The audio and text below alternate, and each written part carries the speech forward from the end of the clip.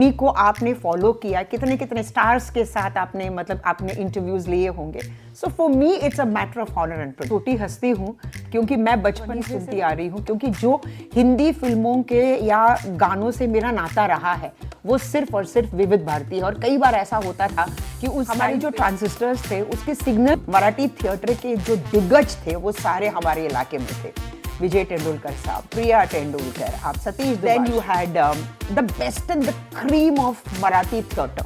Yes. तो मुझे ऐसा अब तथास्तु आ गई मैं इसी इंडस्ट्री में, इसी कला से. और मैं डांसर हूँ बेसिकली. बिल्कुल. तो क्या बचपन में वो माहौल घर पर था? मेरी माँ क्लासिकल सिंगर है. वाह. और मेरे डैड जो है वो केरला से आए. दोस्तों नमस्कार. विविध भारती के स्टूडियो में आज हमारे साथ एक ऐसी हस्ती मौजूद हैं जिन्हें हमने बहुत ज़्यादा सराहा भी है और कई ऐसे रोल्स हैं जिन्हें बहुत सारी नफरत भी मिली है. इनका जीवन एक प्रेरणा रहा है और आज हम बहुत सारी बातें करेंगे. बहुत बहुत स्वागत करते हैं अभिनेत्री सुधा चंद्रन जी का. बहुत बहुत स्वागत. बहुत बहुत शुक्रिया. इनफैक्ट यहाँ आकर जब मैं इस स्टूडियो के अंदर आई तो बहुत सारी पुरानी यादें, क्योंकि विविध भारती एक ऐसा एक माध्यम है जिससे हम हमारे स्टार से हम कनेक्ट करते थे, गाने सुनते थे. तो वो एक दौर था जब हम सिर्फ सुना करते थे और उसी में हमको इतनी खुशियाँ मिलती थी. And I am so happy and privilege कि आज इतने सालों बाद मैं यहाँ इस स्टूडियो में आई हूँ और एक पॉडकास्ट कर रही हूँ आप जैसे रिनाउंड हस्तियों के साथ, जो इस जर्नी को आपने फॉलो किया, कितने कितने स्टार्स के साथ आपने मतलब आपने इंटरव्यूज लिए होंगे.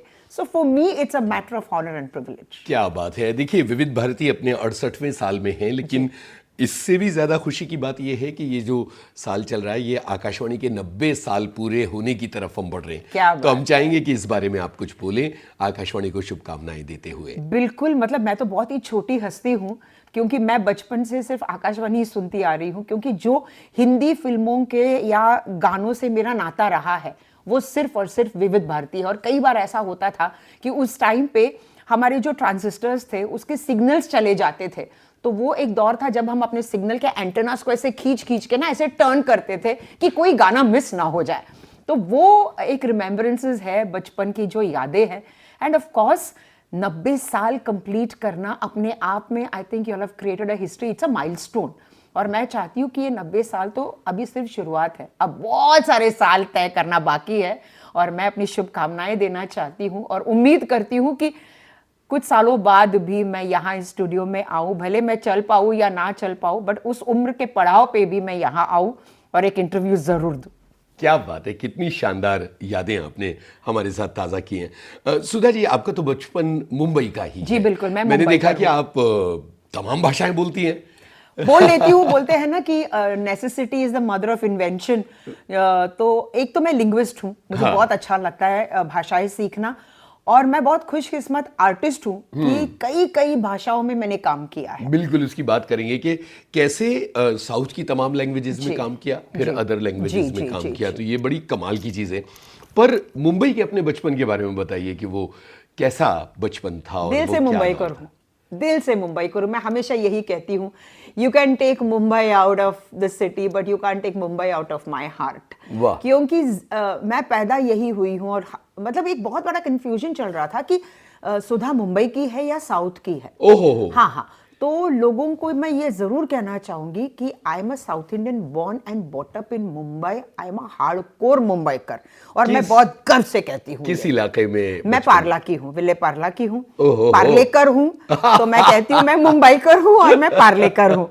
And I am so happy and so fortunate, क्योंकि जिस इलाके से मैं बिलोंग करती हूँ, मैं पैदा मुंबई में हुई हूँ, तो I belong to Parle. But मेरा जन्म हुआ था साइन में, क्योंकि मेरा जो ननियाल है वो माटुंगा में है. अच्छा. हाँ. तो ऑब्वियसली जब माँ प्रेग्नेंट थी तो वहाँ अपनी माँ के पास चली गई. तो I was born in Sion दो, बट दिल से मैं पार्लेकर हूँ. एंड मेरे अगल बगल में स्टारलेट्स थे. बिल्कुल. मराठी थिएटर के जो दिग्गज थे वो सारे हमारे इलाके में थे. विजय तेंदुलकर साहब, प्रिया तेंदुलकर, आप Satish Dubashi. Then you had the best and the cream of Marathi theatre. Yes. तो मुझे ऐसा अब महसूस हो रहा है कि यार शायद ऊपर वाले ने मुझे इसलिए वहां पैदा किया कि आगे चल के मुझे इसी इंडस्ट्री में आना था। वाह। तो मुझे इन सब के शायद ब्लेसिंग्स बहुत मिल गए थे, डायरेक्टली या इनडायरेक्टली, क्योंकि जब मैं अपने कोचिंग क्लासेस के लिए जाती थी तो मैं वहां से देखती थी कि अरे यार ये प्रिया तेंदुलकर है, अरे यार ये तो वो सतीश दुबाशी एक्टर है। तो उनको देख देख के ना, पता नहीं होता ना कि आप कुछ चीजें मैनिफेस्ट करते हो। मैनिफेस्टेशन तो आज का वो शब्द है, उस वक्त हम ऊपर वाले से प्रार्थना करते हैं और आज भी मैं वही करती हूँ। तो शायद उस टाइम पे कभी मैंने मांगा होगा कि काश मैं भी ऐसे कभी बन जाऊं। वाह। तथास्तु, आ गई मैं इसी इंडस्ट्री में, इसी कला से मैं जुड़ गई और मैं डांसर हूँ बेसिकली। बिल्कुल। तो क्या बचपन में वो माहौल घर पर था? मेरी माँ क्लासिकल सिंगर है। वाह। और मेरे डैड जो है वो केरला से आए थे, ऑब्वियसली नौकरी के तलाश में आए थे। फैमिली की बहुत सारी रिस्पॉन्सिबिलिटीज थी, तो लड़के का मतलब जो घर का पहला लड़का है वो पहला कदम उठाता है कि चलो अब मुझे केरला से निकलना है, क्योंकि अगर मैं निकलूंगा तो मेरे मतलब घर वाले कुछ कर पाएंगे। तो my father came when he was 14 years, बहुत ही कम, he was very very young. तो जब वो बॉम्बे आए तो उनके मामा रहते थे गोरेगांव में, तो वो यहाँ आए and he started looking out for work. और केरला, हम साउथ इंडियंस ना स्टेनोग्राफर्स बहुत अच्छे होते हैं, तो my father was an a stenographer, उनकी स्पीड बहुत अच्छी थी। तो बेचारे ही started working as a stenographer, छोटे मोटे जो कंपनीज में काम मिलता था। देन मुझे अभी भी याद है, मेरे फादर हमेशा मुझसे कहा करते थे कि जिस दौर से वो गुजरे थे वो बार बार मुझे सिर्फ इसलिए बताते थे कि वो मुझे ये एहसास दिलाना चाहते थे कि सुधा, हमेशा नीचे जो लोग हैं ना उनकी तरफ देखो, ऊपर वालों की तरफ बिल्कुल मत देखना जी। People who are below you need your love, empathy and sympathy. क्या बात है। वो हमेशा मुझे बताते ये थे, आपकी परवरिश का हिस्सा बना। हमेशा से रहा है। और जब मेरे फादर को एक इंटरव्यू के लिए बुलाया गया, वो अमेरिकन लाइब्रेरी में था, यूएसआईएस में। तो बहुत ही छोटे थे वो, आई थिंक 15 और 16 व्हेन ही केम हियर। तो वो जब गए तो एक तो आपा हमेशा कहते थे कि सामने एक अमेरिकन बैठा था सुधा, और मेरी अंग्रेजी जो थी वो केरला की थी। एक्सेंट था? एक्सेंट नहीं, मतलब my name is KD. Chandran. Okay okay. तो वो बोलते हैं कि जब उसने बोला व्हाट्स योर नेम, तो अपन ने बोला आई डिडंट गेट यू। बोला नेम, बोला अच्छा नेम के.डी. चंद्रन। तो अपा बोलते हैं कि हमारी जो इंग्लिश थी वो इतनी कच्ची पकी थी, बट एनीवेज जो एक कॉन्फिडेंस लेवल था, बोला I never let that go. तो सामने वाले को ऐसा लगा कि भले ही छोटा है, इसको अंग्रेजी की इतनी पकड़ नहीं है, बट कॉन्फिडेंस तो है। बट ऐसे बोलते बोलते अपा का ये कहना था कि with in 10 years after he got his job, वो इतने फ्लुएंटली हमारी इंग्लिश बोलने लगे कि सामने वाले को लगा कि ये कौन सी इंग्लिश बोल रहे हैं। तो बोलते कि लाइफ में वो एक बहुत बड़ा सबक, बी कॉन्फिडेंट। कभी जिंदगी में ये मत समझना कि तुम किसी से कम हो। क्या बात शायद यही एक ट्रेट है जो मुझ में उन्होंने मतलब ठूस ठूस के भर दिया। वाह वाह, क्या बात है। कुछ चीजें जो वो सीख कर आए थे, तो experience is your biggest teacher. बिल्कुल बिल्कुल। तो जब मैं यहाँ आई तो मेरे फादर जो है वो कनोजियर ऑफ आर्ट थे। उनको ये ड्रामेटिक्स और एक्टर, अपना आर्टिस्ट को प्रमोट करना बहुत अच्छा लगता था, बट वो आर्टिस्ट जिनको प्लेटफॉर्म नहीं मिलता था, वो कभी नामचीन आर्टिस्ट को नहीं बुलाते थे।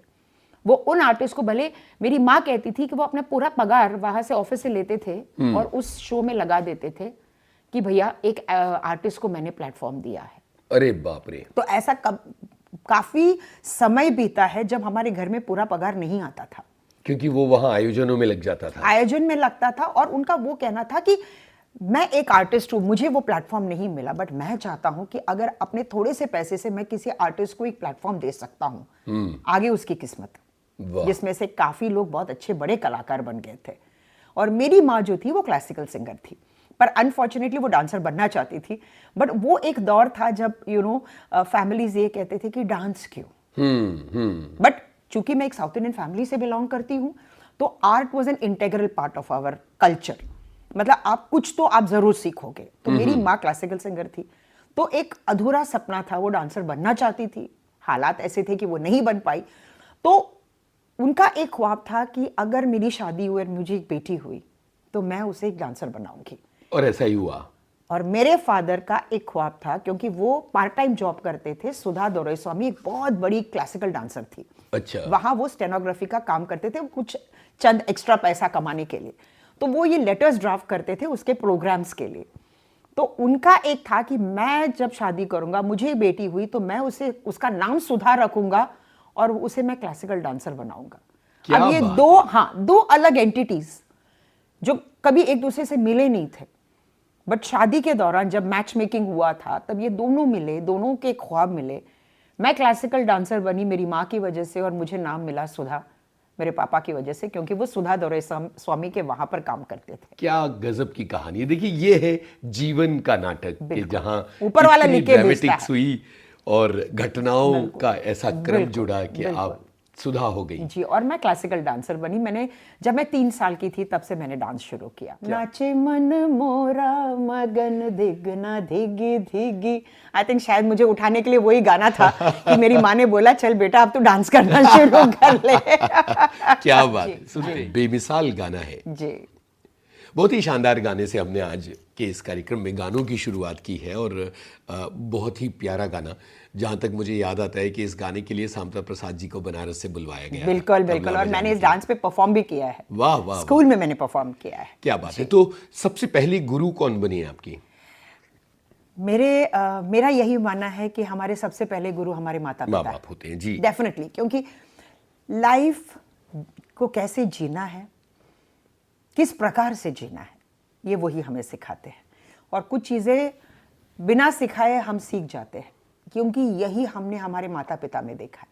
तो कुछ कुछ चीज़ें जो आपके पापा के आपको अच्छा लगता है वो आप ले लेते हो, जो आपकी माँ का है वो आप ले लेते हो, अगर आप इंटेलिजेंट हो तो। इसलिए मैं कहती हूँ ना कि उस ज़माने के जो बच्चे हैं ना वो बहुत ओपन थे, वो ज़्यादा बोलते नहीं थे, चीज़ें लेते थे। तो यही एक डिफरेंस है उस ज़माने के बच्चों में और आज के ज़माने के बच्चों में। आज के बच्चे जो है ना वो बड़े प्री कंसीव्ड आइडियाज़ के साथ आते हैं।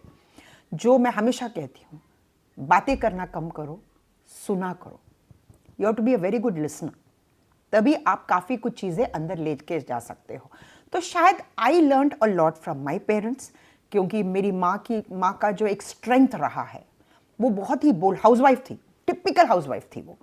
बट हमारे घर में, क्योंकि मैं इकलौती हूँ, I don't have brothers and sisters, तो मेरे फादर और मेरे मदर, मेरे फादर बहुत फास्ट और लाउड है, मेरी माँ उतनी ही शांत रहती है। दे वर टू ऑपोजिट्स व्हिच अट्रैक्टेड।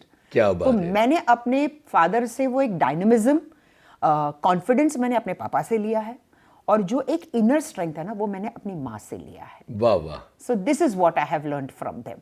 क्या बढ़िया है। तो डांस का ये सारा सिलसिला चल रहा था घर से, आपको भरतनाट्यम की मैंने तालीम भरतनाट्यम में स्पेशलाइज किया है। इनफैक्ट आई स्टार्टेड विद कला सदन, जो सायन में एक बहुत बड़ा इंस्टीट्यूट है जी। उसके बाद मैंने हमारे गुरु रामास्वामी भागवदर, उन्होंने मुझे सिखाया। यहाँ से जाने तक मैं उन्हीं की डिसाइपल रही हूँ, और उसके बाद गुरु के स्थान में मैं किसी और को देख ही नहीं पाई, क्योंकि मेरा जो अटैचमेंट उनके साथ था ना वो सिर्फ गुरु का नहीं था। क्योंकि उस एक्सीडेंट के बाद जो हुआ था वो मैं आपको जरूर बताना चाहूंगी, बट वो अभी बताओ या जब एक्सीडेंट का जिक्र करूंगी तब मैं आपको उसके समय में बात करते हैं। जी जी, क्योंकि हम लोग एक सिलसिले के साथ जी बिल्कुल आगे बढ़ रहे बिल्कुल हैं। बिल्कुल। तो गुरु जो है वो सिर्फ गुरु नहीं थे, उनके साथ एक आत्मिक जुड़ाव आपका रहा है, वो बहुत जरूरी है जी। मेरा यही मानना है कि आप सिर्फ एक टाइटल के लिए किसी के साथ मत जुड़िए। यस। आपकी भावनाएं, आपके इमोशंस उनके साथ जुड़ने चाहिए, और उस इमोशंस के साथ आपको ट्रैवल करना चाहिए लाइफ में। बिकॉज ये नहीं होता है कि ये इमोशन इस टाइम के लिए है, मेरी जिंदगी के इस पीरियड में ये इमोशन रहा है, या ये एक व्यक्ति मेरे साथ जुड़ा था। मैं उस थिंकिंग की नहीं हूं जी। लोग मुझे हमेशा बोलते हैं कि आप बहुत एक्सेस बैगेज लेके घूमती हो। मैंने कहा अगर मुझे उसमें सुकून मिलता है, मुझे उसमें खुशी मिलती है, तो वो मेरे लिए एक्सेस बैगेज नहीं है, वो मेरे लिए एक क्या बोलूंगी मैं उसको, एक ट्रेजर है वो मेरे लिए, जिसे मैं नहीं खोना चाहती हूँ, एक खजाना है मेरे लिए। और मैं तब से लेके आज तक उसी के साथ चलती रहती हूँ। वाह, यस, क्या बात है। पढ़ाई और नृत्य साधना, इन दोनों का बैलेंस कैसे हो रहा था? मेरी माँ हमेशा यही कहती थी कि डांस और एजुकेशन, इसके अलावा तुम्हारा तीसरा काम क्या है? वाह, मतलब ये दो फोकस नहीं, इसके अलावा तुम्हारा काम क्या है?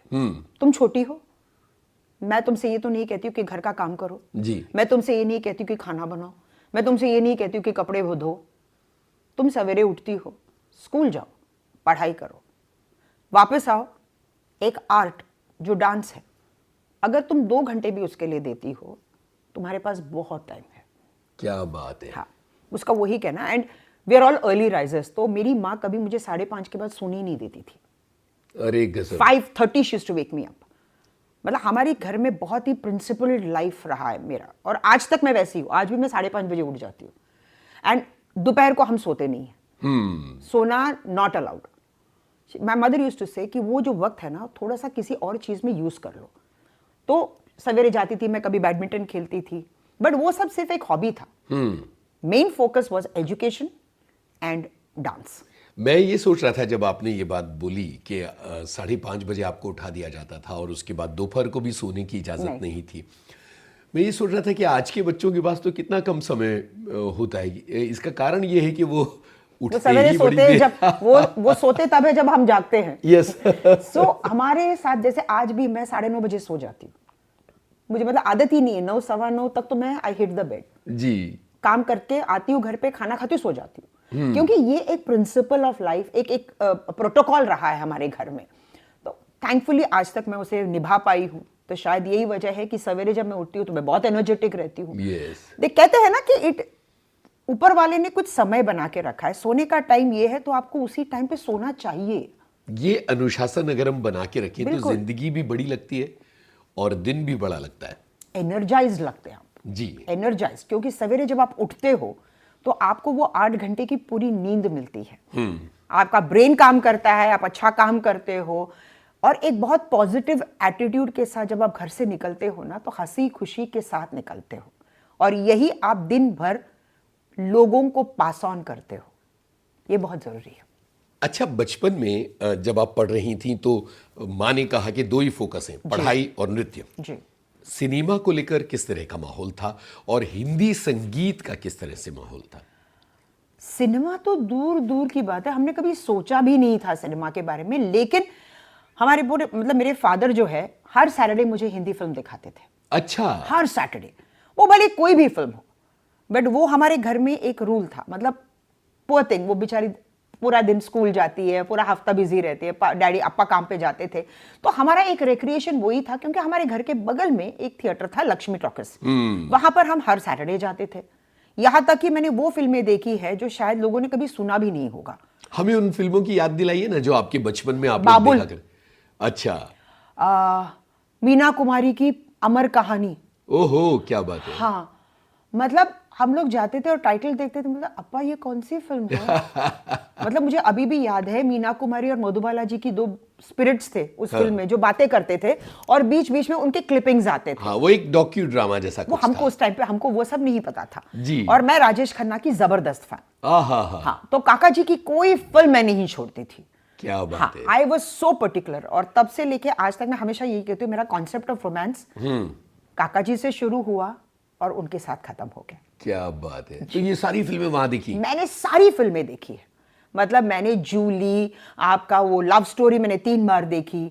शान टॉकीज था, तभी नया नया आया था। तो मुझे याद है कि मैं 12 से 3 जाती थी, 3 से 6 गई और 6 से 9 अपने फादर के साथ गई।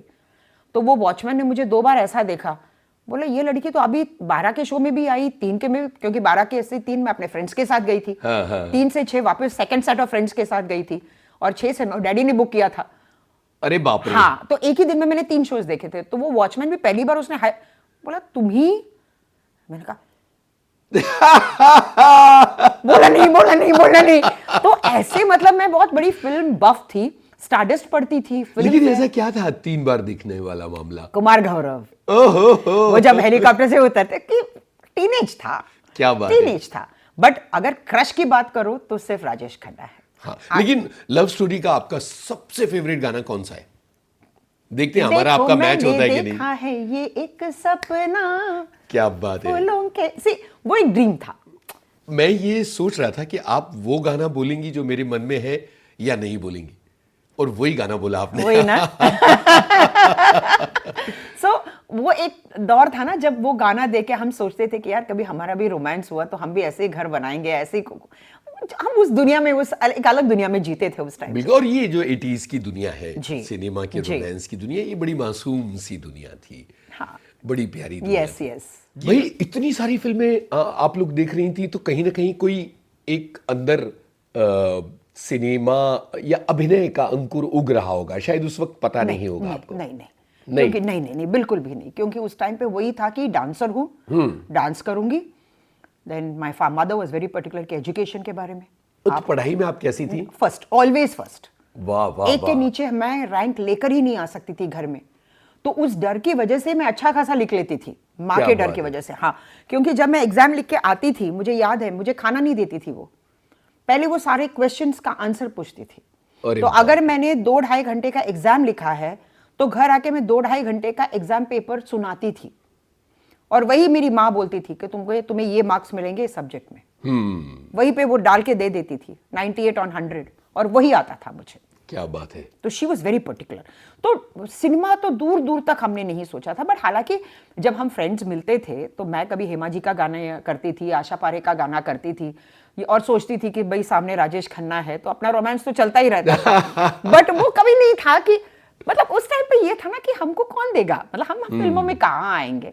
एंड मेरी माँ यही बोलती थी कि एजुकेशन करो, यूएस चली जाओ, अगर तुम नहीं गई तो एक यूएस का दूल्हा मैं ढूंढूंगी, तुम्हें शादी करके वही भेज दूंगी। यूएससी क्यों? उस टाइम पे वो एक था ना, यू नो, समबडी अब्रॉड। तो अब्रॉड वाज ऑलवेज यूएस, मतलब पढ़ा लिखा कोई कंप्यूटर साइंटिस्ट हो या तो वो एक टिपिकल साउथ इंडियन फैमिली ना, वो हमेशा यही सोचते थे कि भैया बेटी एक उम्र की हो गई तो शादी करवा के दे दो हमारी, जबकि मैं सिर्फ इकलौती थी। तो मेरे फादर हमेशा बोलते थे कि क्यों उस पर इतना बर्डन डाल रही हो, वो बेचारी नहीं भी करेगी, जब भी करेगी वो तो है हमारी, बट उसे दूर मत भेजना हमसे। ही वॉज वेरी पर्टिकुलर कि बेटी घर से दूर नहीं जानी चाहिए। और बेटी तो अपने पिता को सबसे प्रिय होती है ना, ऐसा कहा जाता है कि बेटियों का कनेक्शन। हाँ, बट क्योंकि हमारे घर में बेटा नहीं था तो मैं ही दोनों तरफ, मेरी माँ के लिए मैं बेटा थी और मेरे फादर के लिए मैं बेटी थी। वाह। सो मेरी माँ बहुत स्ट्रिक्ट थी, मेरे फादर थोड़े से वो फ्लेक्सिबल थे लाइफ में, but she was very particular, क्योंकि बार बार मुझे ये बोलती थी वो कि तुम्हारे फादर सवेरे 7 बजे निकलते हैं, शाम को 8 बजे आते हैं, ये पैसे क्यों कमा रहे हैं? तुम्हारे लिए, तुम्हारे एजुकेशन के लिए, तुम्हारे लिए नहीं, तुम्हारे एजुकेशन के लिए। तो एजुकेशन, हमारे जैसे मिडिल क्लास लोग जो है वो अपने बच्चों को सिर्फ एजुकेशन दे सकते हैं। हाँ, क्योंकि वही एक तरीका था इट्स अ ब्लैंक चेक। मेरी माँ बोलती थी ये तुम्हारे लिए ब्लैंक चेक है, यस, तुम जिंदगी में कभी भी किसी भी वक्त इसे एनकैश कर सकती हो।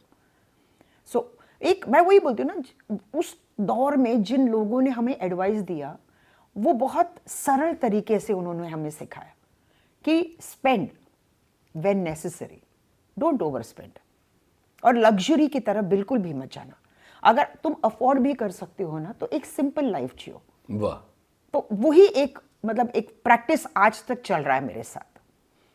सो सिनेमा की तरफ मुझे नहीं लगता मेरा कभी रुझान, मतलब मैं एक्टिंग करूंगी ये मैंने नहीं सोचा था, पर अपने आप को उन सारे किरदारों में डालती थी, वो मैं जीती थी। और इन गानों पर डांस भी चल रहा था। मैं महबूबा का गाना गाती थी, मुझे ऐसा लगता है महलों में जाती थी, मैं बोलती थी यार आई बिलोंग हियर। अच्छा। तो मेरी माँ डर जाती थी, बोलती चलो चलो बहुत हो गया अब। तो उनको ना ऐसे मुझे लगता है ना पिछले जन्म में या उसके पहले जन्म में ना मैं कोई राज नर्तकी थी। बोलते पहले भी मैंने बोला था महबूबा मत देखा करो महबूब, और that was the best couple, क्योंकि राजेश खन्ना और हेमा जी का जो एक कॉम्बिनेशन था, I used to look forward to, like Prem Nagar हो, कुदरत हो, मतलब उनके जितनी भी फिल्में थी, जनता हवलदार मैंने देखी है 4 बार। ओहो जी, क्या बात है। बिल्कुल। तो ऐसी कोई फिल्म मैंने नहीं छोड़ी, सारी फिल्में मैं देखती थी, खास तौर से मतलब राजेश खन्ना की कोई फिल्म मैं नहीं छोड़ती थी। और बंदिश मैंने देखा है। क्या बात है। वैजयंतीमाला तो for me she is my living goddess. क्या बात है। और हाल फिलहाल मेरी मुलाकात हुई उनसे, मैं उनके घर गई। हाँ। जब मैं चेन्नई गई, इतने सालों से मैं चेन्नई जा रही हूँ जी, पता नहीं मन में अचानक से ये बात आ गई कि मुझे वैजयंतीमाला जी से मिलना है, क्योंकि मैं उनके ज्वेल थीफ के गाने पे, हालांकि मैं उनके लेवल पे नाच नहीं सकती, बट एक होता ना कि आदमी इमिटेट भी कर लेता है। जी जी। तो होठों पे ऐसी बात, क्या बात है। वो क्या वो गजब एक डांस है। ऐसा मतलब एक ऐसा गाना है, स्पेशली जो एक सिंगल शॉट में उन्होंने किया पूरा है, round पूरा है। हाफ राउंड ट्रॉली में, तो for me it is like and so precise. Yes, मैं वैजयंतीमाला जी को हमेशा बोलती हूँ कि आपके जो कटिंग्स आते हैं ना, एज अ डांसर मैं बोल, हाँ हाँ, इतने मतलब कभी फ्लूइड नहीं था, प्रिसाइज। अगर हाथ वहां रुकना है तो वही जाकर रुकता था वो। तो मैंने उनके बेटे से बात की, जी। मैंने कहा मेरी बड़ी तमन्ना है, मैंने कहा 10 मिनट से ज्यादा मैं उनका टाइम नहीं लूंगी, सिर्फ उनको ब्लड एंड फ्लैश में मैं देखना चाहती क्या बात है हूं। मुझे फोन आया, मैं चेन्नई के उस तरफ थी जी, मुझे फोन आया कि मामा ने बोला है कि आज आ जाओ। मैंने कहा आर यू श्योर? क्या बात है। मैंने कहा छोड़ो, सब कुछ छोड़ो। गई मैं, बट ये सेड कि अभी मत आना, 10:30 बजे रात को आना। ओ, मैंने कहा 10:30 बजे? बोले हाँ, आज मैम परफॉर्म कर रही है। अरे गजब। At the age of 94 she was performing. बोली मैम आएंगी कुछ 10 बजे, आप 10:30 बजे आ जाइए। मैंने कहा I will not take her time, 10 minute. और 10:30 बजे उनकी गाड़ी अंदर आती है और मैं बाहर खड़ी थी, क्या बात है। और मैं पीछे पीछे गई और मैंने मतलब the moment I saw her, मतलब मैं अपने आंसू नहीं रोक पाई। क्या बात है, प्यारी आई बात couldn't, it was emotion of Joy happening, मुझे नहीं पता। और मैंने उनके पैर पे मैं ना आई फेल ऑन हर फीट। बोलती क्या कर रही हो तुम? मैंने कहा पता नहीं मैम। मैंने कहा ये मेरा बहुत सालों से मैंने सोच कर रखा था, बट आज it's like a fan moment मेरे और लिए। बड़ी स्वीट है वो, बहुत नाजुक, स्वीट के साथ साथ एक क्लास, एकदम। एक क्लास जो होता है वो आप कहीं से इमिटेट नहीं कर सकते, वो आपके अंदर होता है या नहीं होता है। यस, और उनके अंदर है। तो हम गए तो उनके घर में एक झूला है, तो मैम यस, उस वो पे वहीं बैठती हैं। और वो याद है फोटोग्राफ, जो सारे फोटोग्राफ, संगम वाला पोर्ट्रेट याद है, सब सफेद साड़ी वाला, नीचे से उनके पूरे स्टेयरकेस पे उनके सारे फोटोग्राफ्स हैं। और ऊपर, और उनके वो हॉल में जी। चढ़ते वक्त वो बोल रही है ये खजुराहो में मैंने परफॉर्म किया था ये। हाँ। मैंने कहा मैम आपको इतना याद है? Then she took me all around, she said कि ये फोटोग्राफ्स है, ये मेरे गुरु है जिनसे मैंने कथक सीखा, ये सीखा। फिर वो आके बैठ गई, बोली झूले मेरे पर। बगल में बैठो। मैंने कहा हमारी औकात नहीं है मैम आपके बगल में बैठना। मैंने कहा नीचे जमीन पे बैठूंगी। तो आई सैट देयर। आप बिलीव नहीं करोगे, हम 10:30 बजे गए सर, और हम बाहर निकले 3:30 बजे मॉर्निंग। क्या बात। तब भी वो बोलती है क्यों जा रही हो? ओहो, मैंने कहा it was a memorable time that I spent with her, और मैं जिंदगी भर उसे ट्रेशर करना चाहूंगी। वो हॉल में झूले पर बैठी रही और आप वहां बैठ के बात बिल्कुल। करती रही, और चारों तरफ तस्वीरें और नृत्य की तस्वीरें, यादें। यादें, बोलना उनका, मतलब मैं एक एक बात छेड़ती थी और उस पे वो मतलब जो सुनाती थी कहानियां, मतलब हम ऐसे थे एंड में, जी, मतलब एक होता ना एनरिच्ड नॉलेज। दादी की कहानी, दादी की कहानियां, बट मैं तो वैजयंतीमाला जी को दादी नहीं बुलाऊंगी, मेरे लिए शी इज ऑलवेज स्वीट 16 और इतनी प्यारी लगती है। यस, बिल्कुल। तो कितना मजा आया, हमने वैजयंतीमाला जी की बातें की और हम उनके घर में चले गए यादों में। बिल्कुल बिल्कुल, मैं तो घुस ही गई थी। वो सारा टाइम मैं रीलिव कर रही थी यहाँ पर बैठे Yes, बैठे। जब आप बोल रही थी तो मुझे उनके घर का वो झूला hall याद आ वाला रहा है। photograph, हाँ, झूला सब जी, याद आया जी, कि जी, क्या। जी। और वो माहौल है, मंदिर जैसा घर है वो। यही तो बात है पुराने आर्टिस्टों में, वो अपने काम को ना वो पूछते थे, जी, और उसी का रिजल्ट उनके पास उन्हें मिला, और उस चीज को उन्होंने बरकरार रखा है। बिल्कुल। सी आई थिंक ये चीजें हैं जो हमें उनसे सीखना चाहिए। सीखने को तो बहुत कुछ है, समंदर है वो सब, बट जितना भी हम ले सकते हैं उनसे, तो जैसे कि मैं अरुणा जी से सीखती हूँ, फरीदा जलाल जी से सीखती हूँ, आशा पारेख जी से सीखी हूँ मैं, क्योंकि मैंने उनका एक वो सीरीज किया था, बिल्कुल किया, बाजे पायल। जी जी जी। तब मेरी मुलाकात उनसे हुई थी। बात वैजयंतीमाला की चली तो एक सूत्र पकड़ के आगे चलते हैं कि 94 बरस की उम्र में भी वो परफॉर्म कर रही हैं। साष्टांग नमस्कार करती है स्टेज पे। जी, परफॉर्म तो खड़े खड़े करता है आदमी, हाँ, वो स्टेज पर आती है और साष्टांग नमस्कार करती है, और उसी एजिलिटी से उठती हैं और परफॉर्म करती है। साष्टांग नमस्कार स्टेज पर करना इस उम्र में अद्भुत बात है। कला, that's the magic of art. क्या बात है, क्या बात है। तो ये जिंदगी चली जा रही थी, डांस हो रहा था, जी, फिल्में जी। थी, पढ़ाई थी, जी। और सपने थे सपने बहुत सारे थे जी, कि कभी राजेश खन्ना से मिलूंगी। मुझे पता है कि मेरी माँ, मुझे उस टाइम पे हमको पॉकेट मनी नहीं मिलता था, तो कभी 10 पैसे मिले, 20 पैसे मिले, ये सब इकट्ठा करके जब मैं स्कूल से आती थी तो उस टाइम पे ना फोटोग्राफ्स मिलते थे। तो मुझे याद है गन्ने का रस वाला था, उसके सामने ये फोटोज मिलते थे। तो वो बंदा जो था मेरे लिए राजेश खन्ना के सारे फोटोग्राफ्स नीचे रखता था। तो क्या बोलता बात सुनो है। सुनो, नई तस्वीर आई है, चाहिए? मैं बोलती थी मेरे पास ना सिर्फ 20 पैसे है। बोलता कोई बात नहीं है, 20 पैसे बाद में दे देना। क्या बात है। ऐसे ले वो ले छोटे छोटे कार्ड आते छोटे थे। छोटे ऐसे कार्ड्स आते थे, ये कार्ड्स जिसमें उनका ऑटोग्राफ होता था।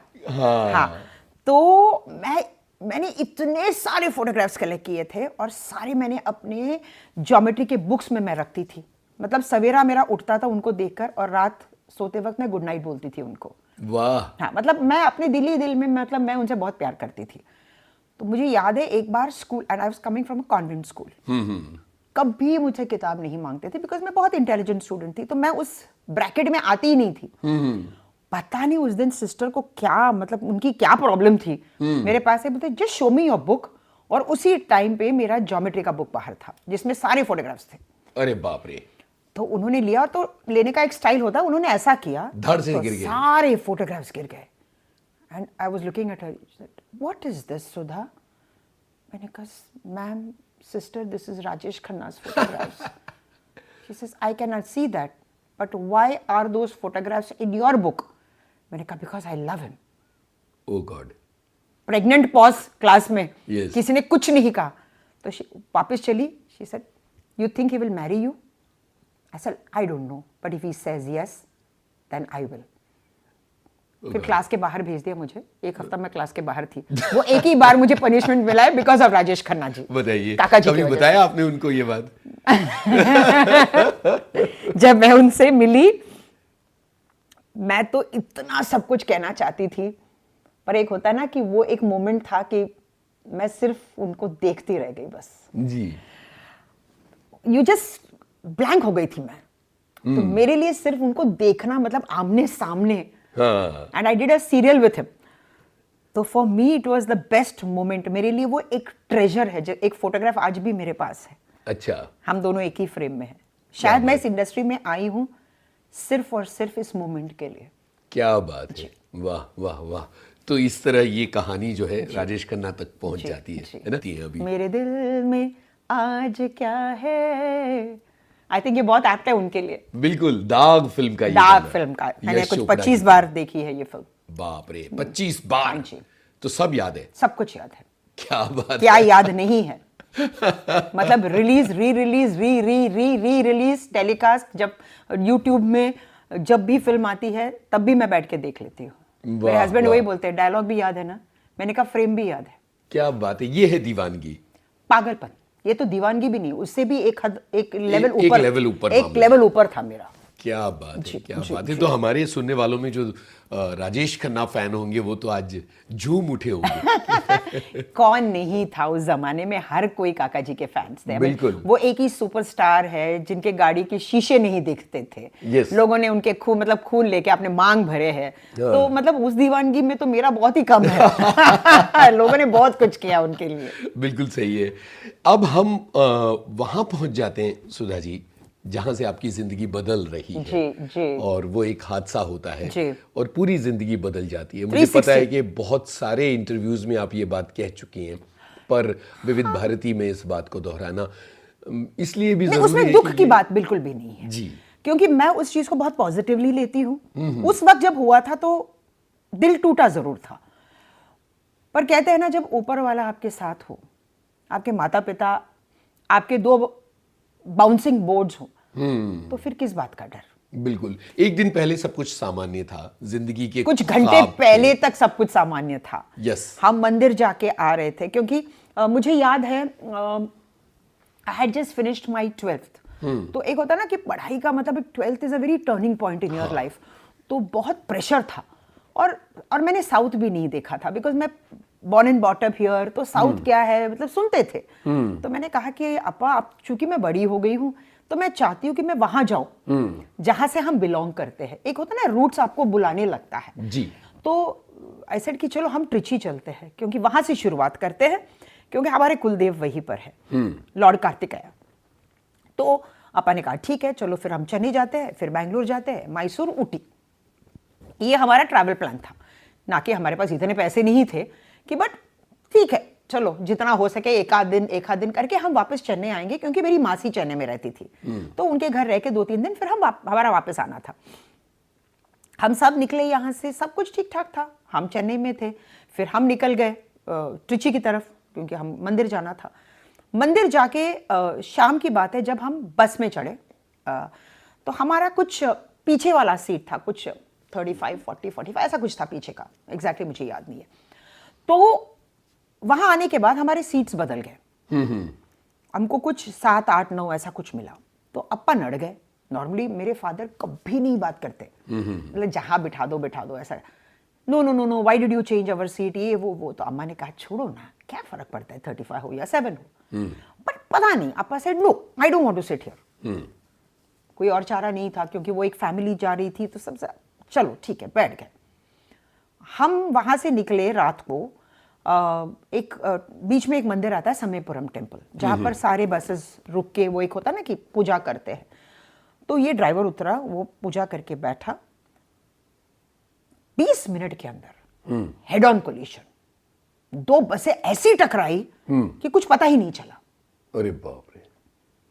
मुझे याद है, मतलब उस टाइम पे मुझे कुछ याद नहीं था। उसके बाद मुझे याद है कि वो जो ड्राइवर था वो मेरे, मतलब he was on my lap, और वो पूछ रहा था पानी।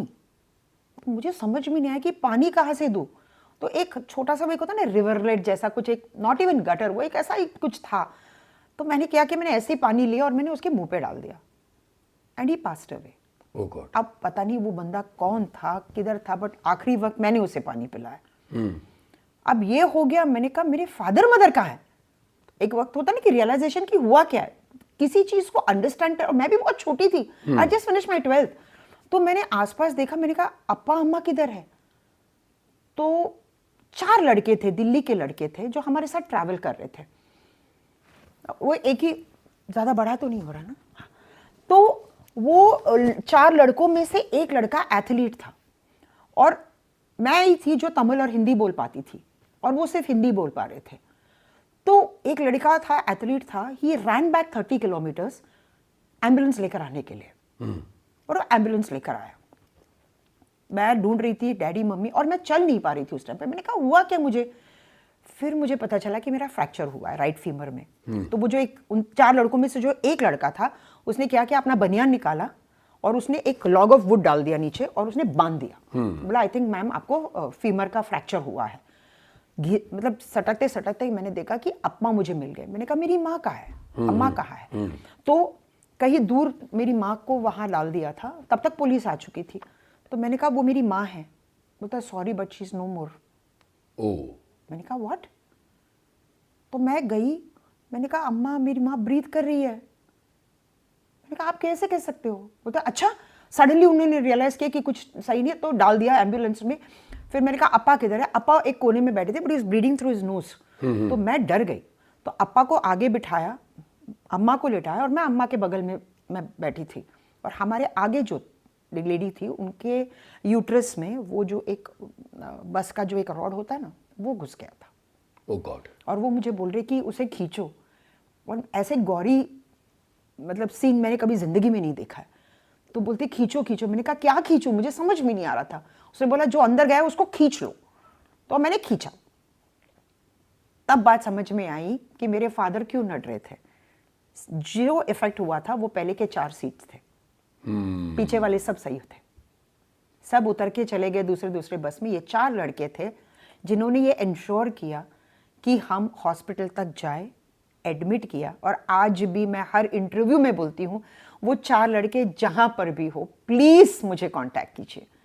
उस वक्त मैं थैंक्स नहीं कह पाई। अगर वो लड़के नहीं होते तो आज हम एक परिवार पूर्ण नहीं होता। मुमकिन है कि आज विविध भारती के जरिए वो सुन रही हों, और वो शायद थे ये या बात नहीं पहुंच थे, वो जाए। या किस रूप में आए थे, वो मैं नहीं जानती। जी जी। कहते हैं कभी कभी ऊपर वाला आपकी मदद करने के लिए किसी को भेजता है, या वो स्वयं आ जाता है। तो क्या वो था? और अगर ये है तो उसको भी 42 इयर्स हो चुके हैं, जी। तो क्यों नहीं आ रहे मेरे सामने? बिल्कुल मैं समझ पा रहा हूँ। जी। इसके बाद क्या हुआ? ये इसके किस बाद साल की हुआ बात है? ये 81 की बात है। जी।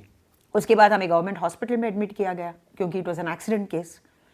अब वहाँ हुआ यूँ कि आप सारे लोगों के साथ आपको डाल दिया गया। मैं चूंकि मैं माइनर थी तो बच्चों के वार्ड में थी, अम्मा लेडीज़ वार्ड में थी, अब पापा मेल वार्ड में थे। 4 दिन के बाद मुझे पता चला कि मेरे फादर और मदर जिंदा है। ओह। और फिर इन्होंने ट्रीटमेंट शुरू किया, अरे फ्रैक्चर है, फीमर का है, ये है। एक छोटा सा कट था मेरे राइट एंकल पे, तो उसको कुछ साफ वाफ किया, कुछ बराबर साफ किया कि नहीं वो भी नहीं पता, और उन्होंने प्लास्टर ऑफ पेरिस डाल दिया। अब 4 दिन 5 दिन वो जो टो था वो हल्का सा काला होने लगा था। तो मेरी माँ बहुत इंक्विजिटिव थी, वो हर चीज़ नोटिस करती थी। ने बोला ये काला क्यों हो रहा है? अरे नहीं नहीं वो पीओपी है ना, इस वजह से। तभी मेरे फादर ने कहा कि कुछ तो गड़बड़ है। शी टोल्ड माय फादर कि ये सही नहीं जा रहा है।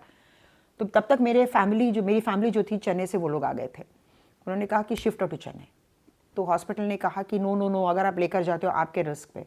तो मेरे फादर ने कहा यहाँ मरने से बेहतर है कि मैं कुछ कोशिश करूँ और उसका कुछ मैं करूँ। तो वहाँ से मुझे शिफ्ट किया गया चेन्नई।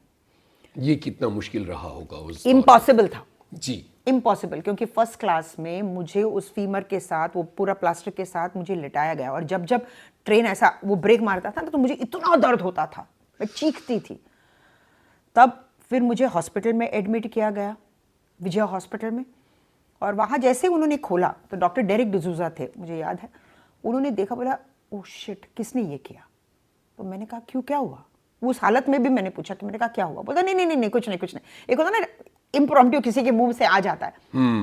तो एडमिशन हुआ, उसके बाद मुझे ट्रीट करते रहे। तो उन्होंने कहा कि कुछ इन्फेक्शन हुआ, ये हुआ। तो होता ना डॉक्टर्स आपस में कुछ बात करते हैं।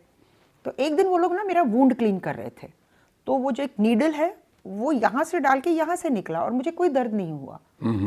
मैंने कहा ये तो मेरे पैर के आर पार जा रहा है, मुझे दर्द क्यों नहीं हो रहा है? No no no no, we are doing something. तो मैंने अम्मा से कहा, मैंने कहा अम्मा मुझे दर्द नहीं हो रहा, क्या है? और उस दिन शाम को डॉक्टर्स ने मेरे फादर और मदर को बुला के बोला कि गैंग्रीन सेट इन हो गया। अब या तो लाइफ है या लिम्ब है, या तो आप जिंदगी बचा लीजिए या पैर को बचा लीजिए, आप देख लीजिए। तो मेरे फादर ने कहा जो भी हो, we want her, she is our only child. और तब मैं माइनर थी। तो मेरी माँ तो मेरे सामने नजर ही नहीं आई, वो वरना वो मुझे, मेरा एक सेकंड के लिए मुझे छोड़ती नहीं थी हॉस्पिटल में। वो तो पूरी तरह से टूट चुकी थी। मेरे फादर आए तो उन्होंने मुझसे कहा कि ऐसा ऐसा है कि कल ऑपरेशन थिएटर लेकर जा रहे हैं और ये डिसीजन लिया गया। तो मैंने कहा तो फिर मैं क्यों जिंदा क्यों हूँ? आपने ओके क्यों कहा? नहीं भी होती तो क्या फर्क पड़ता? तो उस दिन मेरे फादर ने मुझसे वादा किया कि जो पैर तुम खोने जा रही हो ना सुधा, वो पैर मैं बनूंगा और हर कदम पे मैं तुम्हारे साथ चलूंगा। मैंने कहा अपा कब तक चलोगे? गारंटी है जिंदगी की? उन्होंने मुझसे वादा किया कि जब तक तुम जिंदगी में कुछ नहीं करोगे तब तक मैं तुम्हारा साथ रहूंगा। And I lost him 4 years back. उन्होंने अपना वादा पूरा किया। वो दिन मतलब हमारी जिंदगी टूट गई थी। मुझे समझ भी नहीं आया कि मुझे करना क्या है। मैं जी रही थी अपने माँ बाप के लिए। मैंने कहा ये क्या जीना है, एक बोझ बन के जीऊंगी। मुझे पता ही नहीं था। फिर अगले दिन लेकर गए तो जाते जाते मैंने अपने डॉक्टर से एक ही बात कही। मैंने कहा एक बार आखिरी बार मैं अपने पैर देखना चाहती हूँ। तो वो डॉक्टर भी रो पड़ा बेचारा। आई मीन आई फेल्ट, एक कहते हैं ना कि डॉक्टर्स में भी एक ह्यूमन साइड है। ऑफ कोर्स, कितना भी पत्थर दिल बने यू नो, बट देखकर मुझे वो बोले कि सुधा वाई। मैंने कहा नो डॉक्टर, ऐसे प्रॉब्लली जिंदगी में अब कभी नहीं देख पाऊंगी। एक रिग्रेट हमेशा रहेगा लाइफ में। तो उसके बाद वो सर्जरी हुई, फिर I lost my leg. But वहां पर एक मिराकल जो हुआ था वो मैं जरूर शेयर करना चाहूंगी। इनिशियली उनको लगा कि अबव द नी एम्पुटेशन है, बट सर्जरी करते समय डॉक्टर पीवी मोहनदास के उस नंबर 1 ऑर्थोपेडिक सर्जन, उनका ये मानना था कि पहली बार ये मिराकल हुआ कि गैंग्रीन कभी नीचे नहीं उतरता है, वो हमेशा ऊपर चढ़ता है। ये आके बिलो द नी सेटल हुआ। तो बाहर आते ही उन्होंने पापा से कहा कि congratulations, we could save her knee. पापा ने कहा क्या फर्क पड़ता है, नी रहे ना रहे क्या फर्क पड़ता है। बट बाद में हमको पता चला कि नी की वजह से मैं डांस कर पाई। जी, दैट वाज द मिरेकल। जी, यानी ये जो चीजें हैं वो आगे की दिशा उस वजह से, मतलब एक डिवाइन इंटरवेंशन जो मैं बोलती हूँ, भगवान आपके साथ चल रहा था उस वक्त। तो फिर उसके बाद मैं 6 महीने वहां रही। फिर डॉक्टर पीवी मोहनदास मेरे पास आए तो वो बहुत रूडली कभी कभी बात करते थे। बोलते थे कि अच्छी इंटेलिजेंट हो, पढ़ाई लिखाई करो, डांस नहीं करोगी तो क्या उखड़ जाएगा।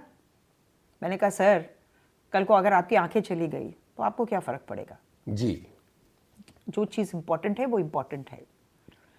बट मैंने उनसे वादा किया था कि मैंने कहा आपने मुझे प्रोवोक किया डॉक्टर, हो सकता है वो उनकी स्ट्रैटेजी भी हुआ, वो मुझे नहीं पता, पर मैंने कहा कि मैं नहीं जानती मैं आगे चल के क्या करूंगी, मैं जब कुछ बनूंगी ना मैं आपको आके ज़रूर मिलूंगी। क्या बात है। 6 महीने मैं हॉस्पिटल में रही और मैंने कहा आपा से, मैंने कहा मैं तब तक बॉम्बे नहीं आऊंगी जब तक मुझे एक आर्टिफिशियल लिम्ब नहीं मिलेगा। वहाँ जो एक बहुत ही खराब आर्टिफिशियल लिम्ब बना था, बट उसी दौरान डॉक्टर पीके सेठी को रामन मैग्सेसे अवार्ड मिला था जयपुर फुट के लिए उसी साल में। जी जी। तो डॉक्टर डेरिक डिसूजा जिनका मैं हमेशा जिक्र कर रही हूँ, तो वो आके मुझे बोले you keep praying to your god right, Christian थे, you keep praying to your god right, he is answered your prayers. मैंने कहा what is this? He said Jaipur foot, it has been invented for you. जाओ बॉम्बे और Jaipur foot के तलाश में निकलो। एक बार प्रिंस चार्ल्स और डायना की वेडिंग चल रही थी, तब आके मेरे को उन्होंने ट्रांजिस्टर दिया। मैंने कहा ये क्यों? बोला Prince Charles is getting married to Diana. तो मैंने कहा तो मैं क्या करूं? यस। पता सुन लो, हो सकता है there is a prince charming coming your way. Oh. वो भी मैंने सुना। वो बंदा जो कभी चर्च नहीं जाता था, मेरी वजह से ही went to the church to pray for me. तो लोग ऐसे ऐसे मेरी जिंदगी में जुड़ते रहे ना। वहां से मैं निकली, यहां आई मुंबई। मुंबई आते ही मैंने डॉक्टर पीके सेठी को लेटर लिखा, तो लोगों ने कहा he is very busy, he is touring around the world, 1 साल तक तो वो आपको मिलेंगे ही नहीं। 5-6 दिन में मुझे एक रिप्लाई आया, कम टू जयपुर इमीडिएटली। गजब। मैंने ये नहीं बोला था कि मैं डांसर हूँ, कुछ नहीं। मैं गई डायरेक्टली, 2-3 डॉक्टर्स के मतलब इन्फ्लुएंस से मैं अंदर गई। मैं डॉक्टर सेठी बैठे थे, तो मैंने कहा कि ही सेड अच्छा so you wrote a letter to me. मैंने कहा yes doctor. There is a Jaipur foot, you will be able to walk. I said मेरा वो नहीं था, चलना हो तो मैं आप तक नहीं आती, मुझे डांस करना है। तो एक उन्होंने देखा, बोला हाँ you will be able to dance. मैंने कहा आर्टिफिशियल लिम्ब के साथ मैं डांस कर पाऊंगी? बोला हाँ क्यों, तुमको लगता है कि तुम नहीं कर पाओगी? मैंने कहा मुझे नहीं मालूम। तो मैंने कहा डॉक्टर ये भरतनाट्यम है, फुटवर्क होता है, आप बिलीव नहीं करोगे, उन्होंने बाकायदा एक स्टेप मेरे सामने उन्होंने कर दिखाया। बोला is this your Bharatanatyam, then you will do it.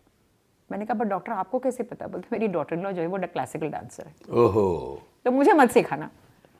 तो मैं वहाँ से लिम्ब लेकर आई, नहीं हो पाया। फिर उन्होंने स्प्रिंग लगाया, वो नहीं हो पाया। फिजियोथेरेपिस्ट को मैं बुलाई, मेरे गुरु जिनके मैं जिक्र कर रही थी। हम लोग सवेरे 9 बजे शुरू करते थे, शाम के 6 बजे तक मैं प्रैक्टिस करती थी कि क्या प्रॉब्लम है, ये नहीं वर्क कर रहा है। तो फिजियोथेरेपिस्ट मेरा मतलब सब जुड़े थे, बट मेरे फादर को इसके बारे में नहीं पता था। वो ऑफिस जाते थे, उनके जाने के बाद हम दरवाजा बंद करके ये करते थे, क्योंकि मेरी माँ को ये डर था हम कोशिश तो कर रहे हैं, अगर कल नाकाम हुए तो फिर यही लोग हम पर हंसेंगे और फिर मेरे पापा का वो सपना फिर से टूट जाएगा। जी। ये करते करते करते 3 साल मैंने निकाले। कानो कान खबर किसी को नहीं थी सिवाय हम 3, माँ, मैं, मेरे फिजियोथेरेपिस्ट और मेरे गुरु। कई बार स्टंप ब्लीड करता था, खून निकलता था, फिर मैं बैठ जाती थी। फिर मैं रात को सुनती थी, मेरे फादर और मदर बात करते थे, अरे इस लड़की का होगा क्या हमारे बाद। उस दिन मैं भगवान के सामने बहुत रोई। मैंने कहा मैं कुछ नहीं मांगती हूँ तुमसे, ना आगे मांगूंगी, मुझे वो एक मौका दो कि मेरे माता पिता को गर्व महसूस हो कि मैं उनकी बेटी हूं। मैंने कहा उस दिन के बाद मैं तुमसे कुछ नहीं मांगूंगी। वहां से मेरा एक मिशन शुरू हुआ, एक गोल था मेरा कि मैं डांस करूंगी। फिर मेरे सारे जो दर्द, एक शाहरुख खान की एक बहुत अच्छी लाइन जब मैंने हाल फिलहाल में मैंने उनके इंटरव्यू में मैंने सुना था कि पहले दर्द होता है, फिर वो दर्द आपके जिंदगी का एक हिस्सा हो जाता है, फिर आप उसे एंजॉय करने लगते हो। तो मैं उस दर्द को ना महसूस करती थी और उसमें मैं खुशियां ढूंढती थी। तो मुझे वो दर्द का महसूस मतलब मैं फील ही नहीं करती थी। बोला दर्द है ना, वो तो कल भी था, चल आज भी है और कल भी रहेगा, छोड़। करते करते करते 3 साल में मैंने डिसाइड कर लिया, सब कुछ हो गया। मैं वो सारे मतलब 2-2.5 घंटे के लिए मैं तैयार हो गई। मैंने अपने पापा से कहा कि आप हॉल बुक कीजिए। जी। बोला किस लिए? हॉल बुक कीजिए किस लिए? बोला परफॉर्मेंस के लिए। बोला तुम पागल हो गई हो? अरे बाप रे। मैंने कहा आपा 3 साल से मैं प्रैक्टिस कर रही हूँ। बोला मुझे क्यों नहीं बताया? तो मेरी माँ ने कहा तुम तो इतने लाउड माउथ हो, सबको बोल दोगे, तुम्हारी बेटी ने एक स्टेप नहीं रखा होगा, तुम बोलोगे मेरी बेटी डांस कर रही है, इसीलिए हमने नहीं बताया। 3 साल आप लोग छिपा ले गए? छुपा के मतलब मेरी माँ उसमें माहिर थी, गजब की थी वो। और मुझे याद है जिस दिन मैं परफॉर्म कर रही थी तो अम्मा ने कहा था किसी को मत बोलना प्लीज। बट मेरे फादर के जो, क्योंकि वो लाइब्रेरी में थे, तो सारे जो जर्नलिस्ट थे उनके फ्रेंड्स थे, पता नहीं कहाँ से ये बात लीक हो गई। सैटरडे के दिन मॉर्निंग इंडियन एक्सप्रेस में आर्टिकल था, loses a foot, walks a mile, Sudha Chandran comes back. Oh God.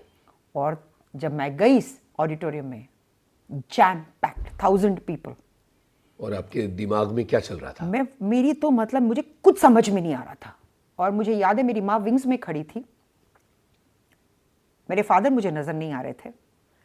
उस वक्त मैंने सिर्फ अपने कुलदेव से मैंने कहा, मेरे परिवार वालों की और मेरे गुरु की इज्जत रखना, इससे ज्यादा मैं तुमसे कुछ नहीं मांगूंगी। आप बिलीव नहीं करोगे, मुझे ऐसा लगा कि किसी ने मुझे सिर्फ एक पुश दिया। मैं स्टेज पे गई, आई डांस फॉर 2.5 hours। बाप रे।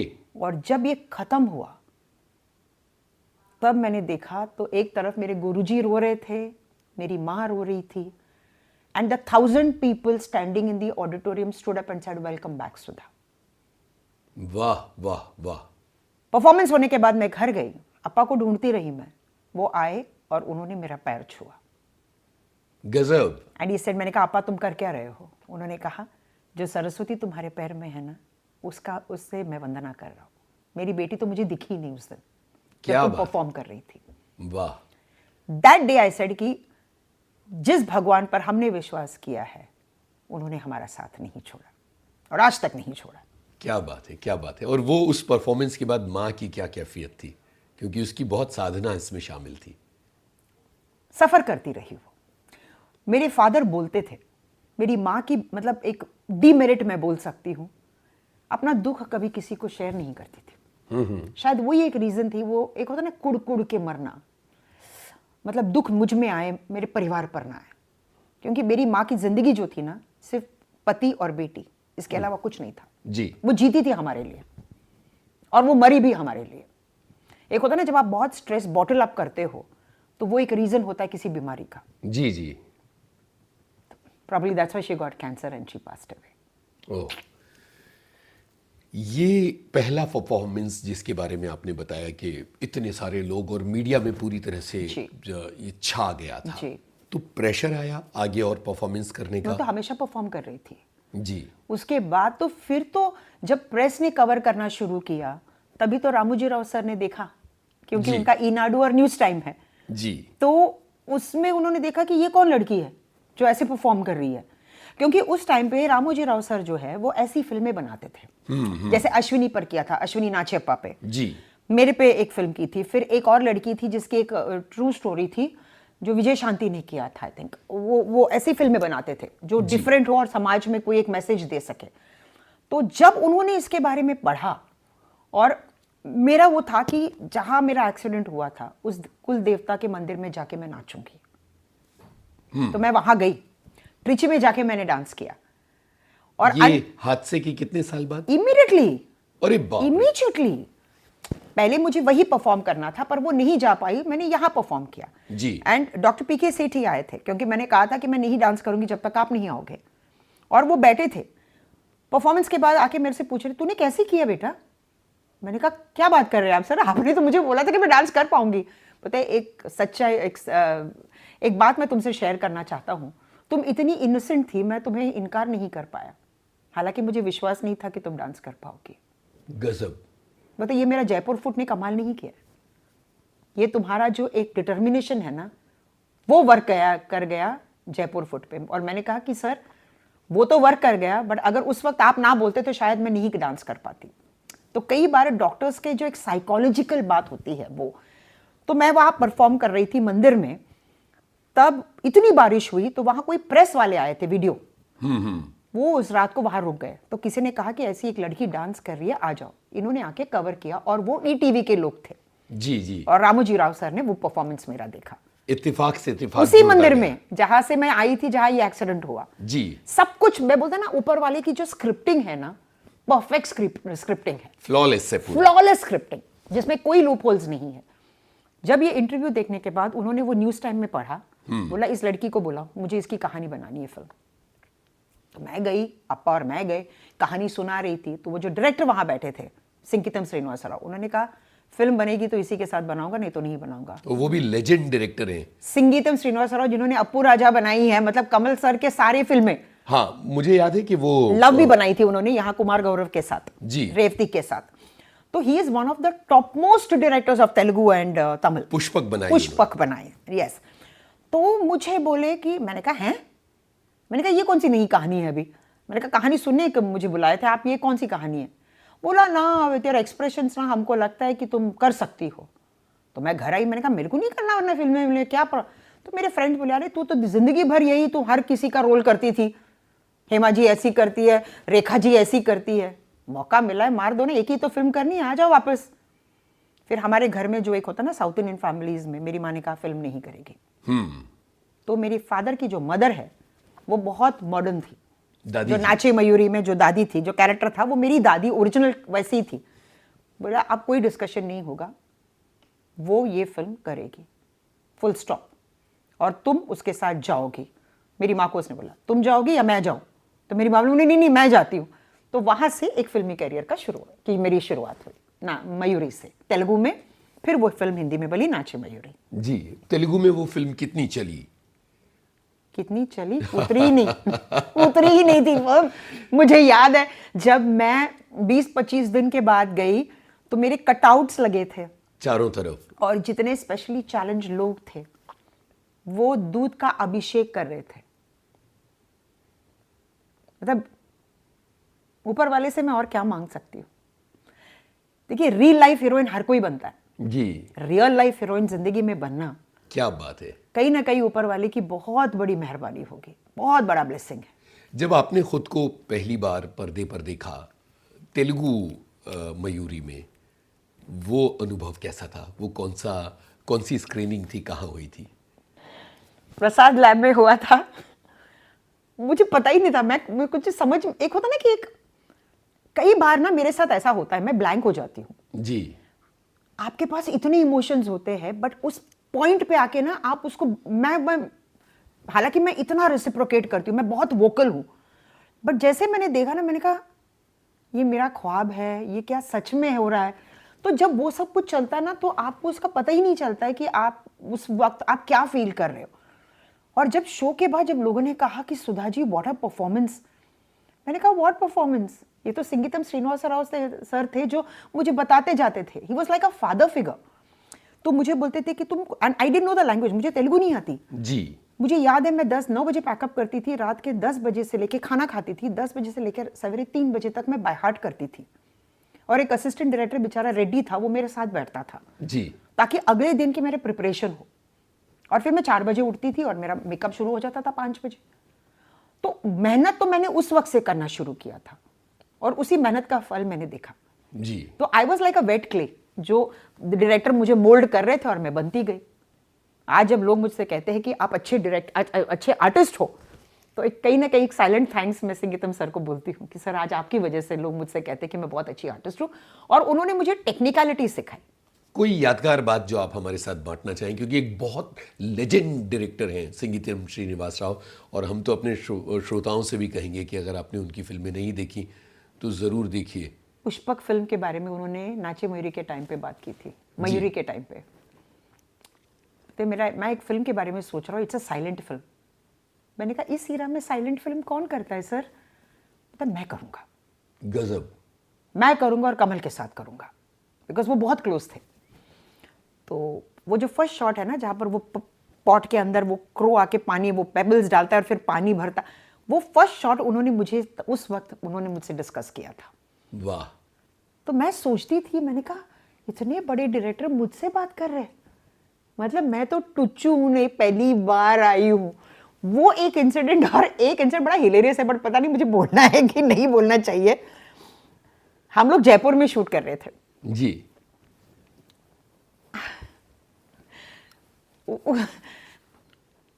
आई don't know, I shouldn't be saying this. मुझे पता नहीं क्योंकि शब्द गलत है। अच्छा, हाँ, तो आप, मैं बोलती हूँ आपको रखना है तो देख लेंगे जी, है ना। तो बेसिकली तेलुगु में क्या है, रंडी मतलब आइए, बहुत रिस्पेक्ट के साथ बोलते हैं। राम मतलब आओ, रंडी मतलब आइए। तो मुझे याद है कि सर सारे वो जूनियर आर्टिस्ट खड़े थे, वहाँ के लोगों को लिया था, तो सर बोलते थे कैमरा ऑन, रंडी रंडी। तो एक बंदा आके बोला क्या, किसको क्या बोल रहा है? बोला excuse me, why is he shouting at me? मैंने कहा sir this word is bad word sir in Hindi, can't say sir. बेचारे सर आके सबको ऐसे माफ बोला, आई एम सो सॉरी, नहीं मालूम, बट अभी हम एक बोलेगा आइए आइए। अच्छा, मतलब it was such a beautiful moment. और अभी मैं सर से मिली थी, ही इज 95। उनका जो स्पीड है ना, हम नहीं मैच कर पाते। अभी भी ऐसे भागते हैं वो, बाप रे। मैंने कहा सर क्या एनर्जी है आप में, but touch wood, I am blessed to have worked with him. क्या बात है। फिर मयूरी, नाचे मयूरी कैसे बनी? और वहां तो श्रीनिवास राव नहीं आए, यहाँ पर टी रामाराव सर आए। टी रामाराव साहब आए। हम अपने श्रोताओं को बताते हैं कि टी रामाराव यानी वो निर्देशक जिन्होंने हिंदी में मैं याद करूं तो जुदाई, अंधा कानून जैसी फिल्में बनाई हैं। भाग्यराज, अंधा कानून was भाग्यराज। जी जी। इन्होंने ये की थी ना, जुदाई की संसार, संसार की थी, सलमान खान की पहली फिल्म। हाँ, जो पहली या सेकंड फिल्म थी। देन फिर क्योंकि मुझे याद है जब नाचे मेरी की मैं शूट कर रही थी महबूब में, तो उनके 3 सेट लगे थे जी। तो सर यहाँ से वहां जाते थे, नसीर साहब को कुछ बोल के आते थे, फिर यहाँ जाते थे, रेखा जी को कुछ बोल के फिर वापस आते थे। तो मतलब उस टाइम पे उनके 3-3, 4-4 फिल्में फ्लोर पर थी। एक लेजेंड डायरेक्टर हैं वो, most commercially successful director. Languages, हाँ, कमर्शियली बहुत बड़े सक्सेसफुल डायरेक्टर थे। सिंगीतम सर को वही एक अफसोस था, वो बहुत चाहते थे कि वो हिंदी भी डायरेक्ट करें, पर अनफॉर्चुनेटली उस टाइम पे I think Ramoji Rao sir ने लक्ष्मी प्रोडक्शंस के साथ, पूर्णचंद्र राव सर जो बड़ी बड़ी फिल्में बनाते थे, उनके साथ उनका टाई अप था। And T Ramarao sir was with Lakshmi Productions. तो वैसे मतलब टी रामाराव सर ने ये फिल्म बनाई। अब दोबारा पूरी फिल्म बन रही है और इस बार हिंदी में है। इस बार मैं बहुत प्रिपेयर थी जी, क्योंकि मैं वो दौर से निकल चुकी थी ना। तो यहाँ लोग मेरे को पूछते थे अच्छा उधर क्या करती थी, तो मुझे ऐसा लगता था वाओ, लोग तो मुझसे पूछ रहे हैं। बिल्कुल सही। तो सडनली मुझे ऐसा लगा कि मैं थोड़ी एक्सपीरियंस्ड हूँ इस सब्जेक्ट में, और वैसे भी बहुत कीड़ा है ना मुझे डायरेक्शन का। तो मैं सर के साथ बैठती थी, ये शॉट क्यों ले रहे हो, कैसे ले रहे हो, तो ये सब, क्योंकि मैं मनोज साहब की बहुत बड़ी फैन हूँ डायरेक्शन में। मतलब ऐसी कोई फिल्म नहीं है जो मनोज साहब की फिल्में डायरेक्शन के लिए नहीं देखी। So, मुझे डायरेक्शन का बहुत कीड़ा था उस टाइम से। तो इस हिंदी वर्जन की कोई यादगार घटना?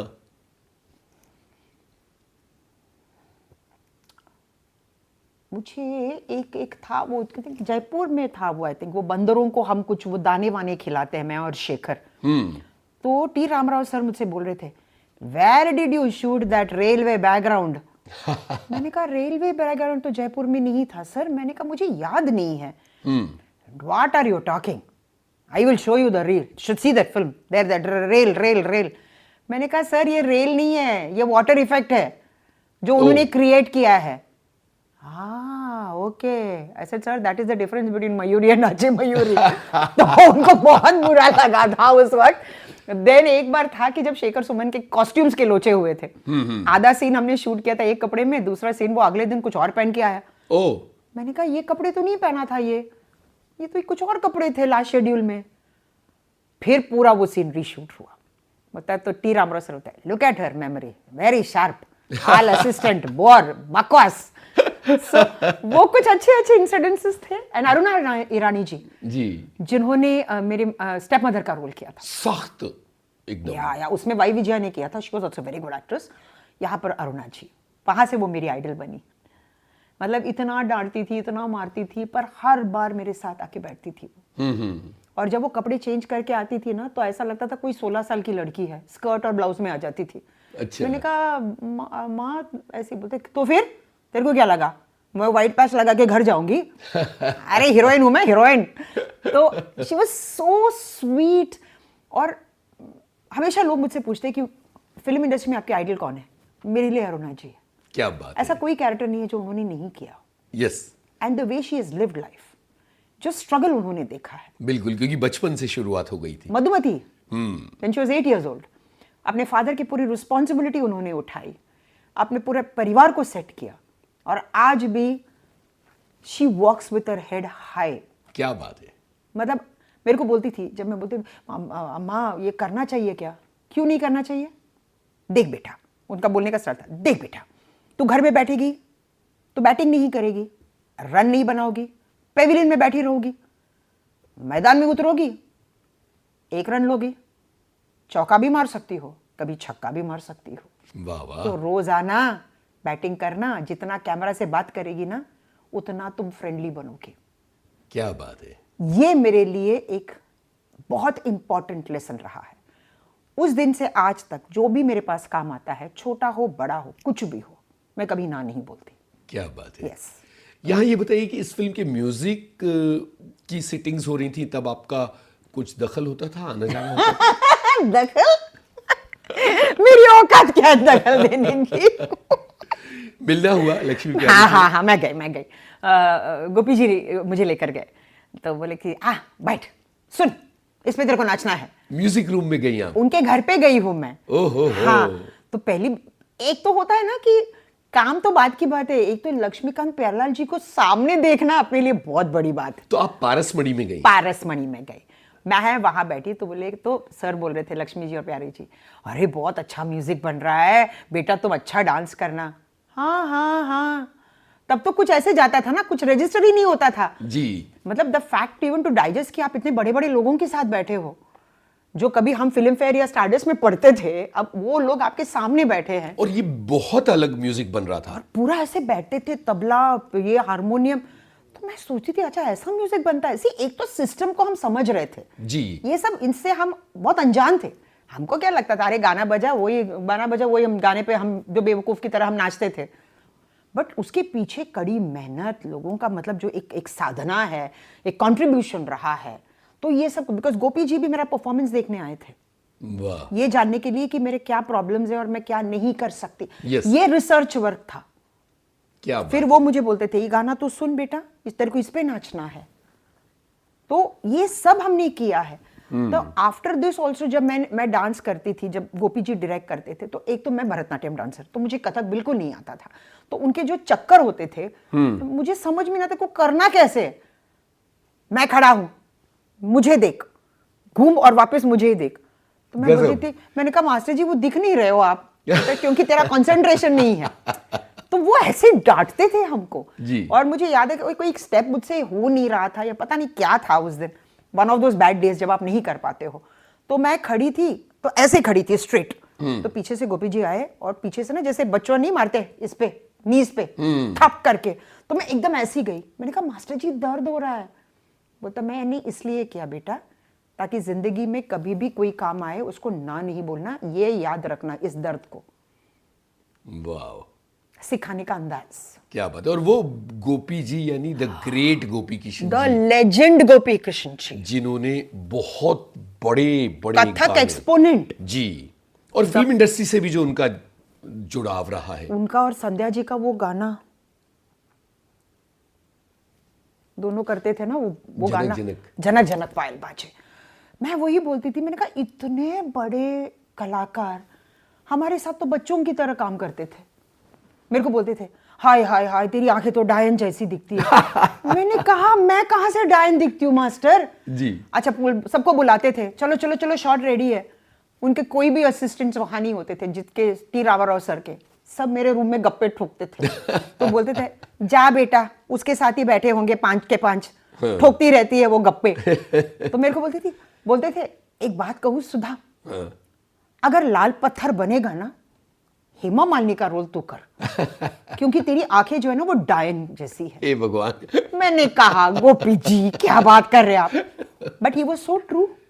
आगे चल के जब मैंने नेगेटिव रोल्स किए, लोगों ने मेरे आंखों की तारीफ की। यस यस बिल्कुल, तब आपने प्यार की बजाय बहुत नफरत बटोरी। हाँ, बट वही तो है ना कि वो कुछ आपकी लोग कामयाबी है। बोल देते हैं जी। हमको उस वक्त समझ में नहीं आती है बातें। और गोपी जी जैसे लेजेंड का ये बोलना हमने उस वक्त सीरियसली नहीं लिया, यस। बट आगे जाके वो प्रोफेटिक हुआ, क्या वो बात सच में बदल गया। एकदम। अब म्यूजिक रूम की बात हो रही थी, बख्शी साहब मिले कभी वहां? नहीं मिले, नहीं मिले। बख्शी साहब मुझे कभी नहीं मिले। कुछ लोग ऐसे नहीं मिलने का, नहीं मिल पाई मैं। जी। नाचे मयूरी भी बहुत बड़ी हिट हुई जी। और पूरे हिंदी संसार को जी। ये ऑलरेडी पता था आपकी कामयाबी की कहानियां थी, लेकिन जब कहानी फिल्म पर आती है तो उसका असर कुछ अलग होता है। तमाम अवार्ड्स इन दोनों फिल्मों ने जीते जी। और ये जो कामयाबी है, क्या चल रहा था मन में, क्योंकि अब आप बहुत ज्यादा फोकस में आ गई थी। मुझे तो नेशनल अवार्ड मिला था मयूरी के लिए, स्पेशल जूरी अवार्ड मिला था। उस वक्त उसकी भी मैं अहमियत नहीं समझ पाई, सच में मैं बोल रही हूँ।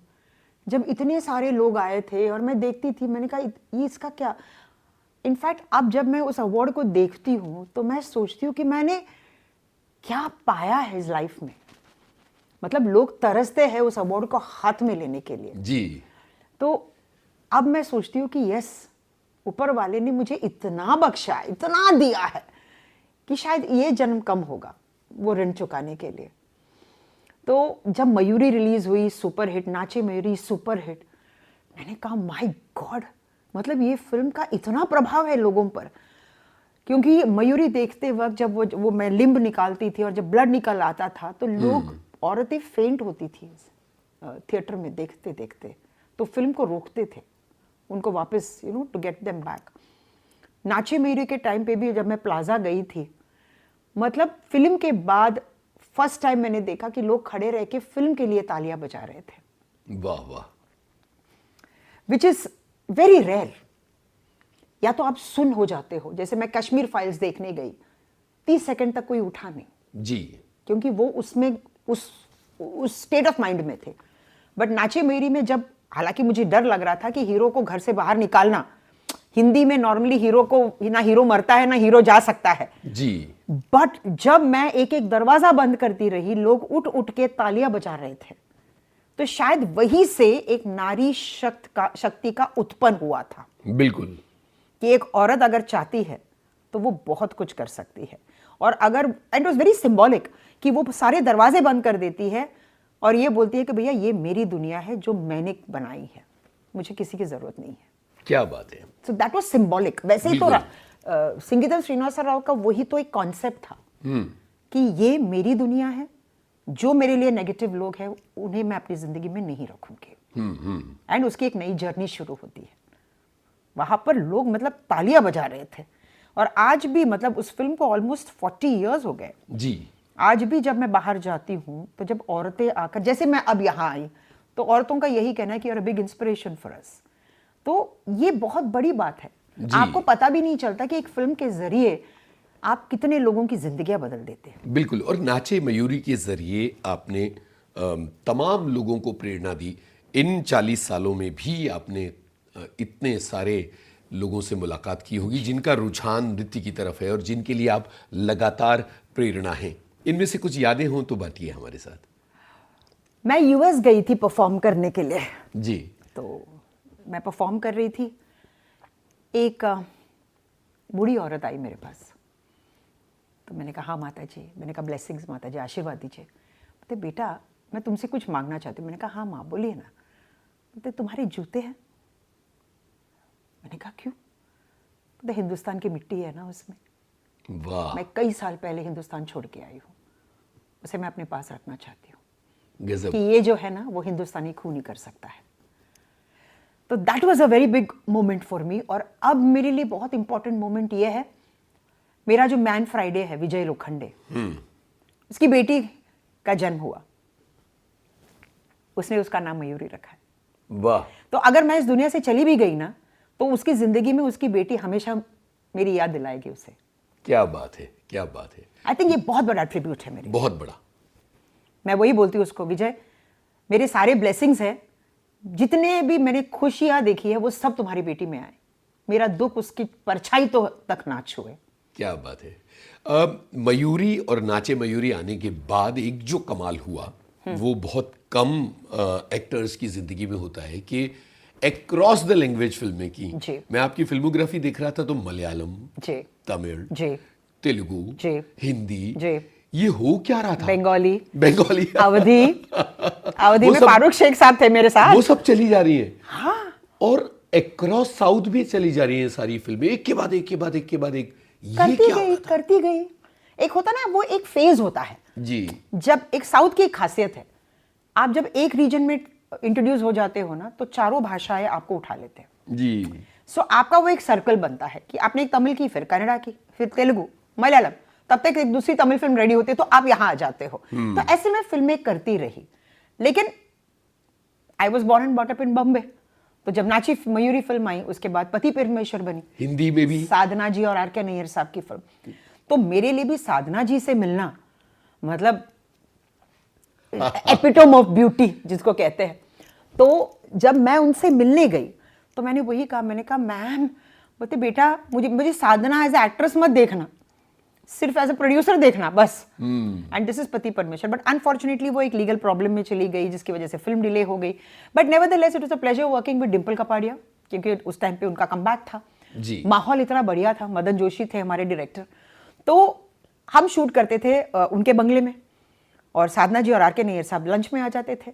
और आर के नैयर मतलब फूडी, बैठ चलो सब साथ में, they used to leave come from their house to eat food with us. वाह। या सो वो एक माहौल था, बहुत ही घरेलू माहौल था जी। फिर फिल्में करते रहे, कुछ चली कुछ नहीं चली।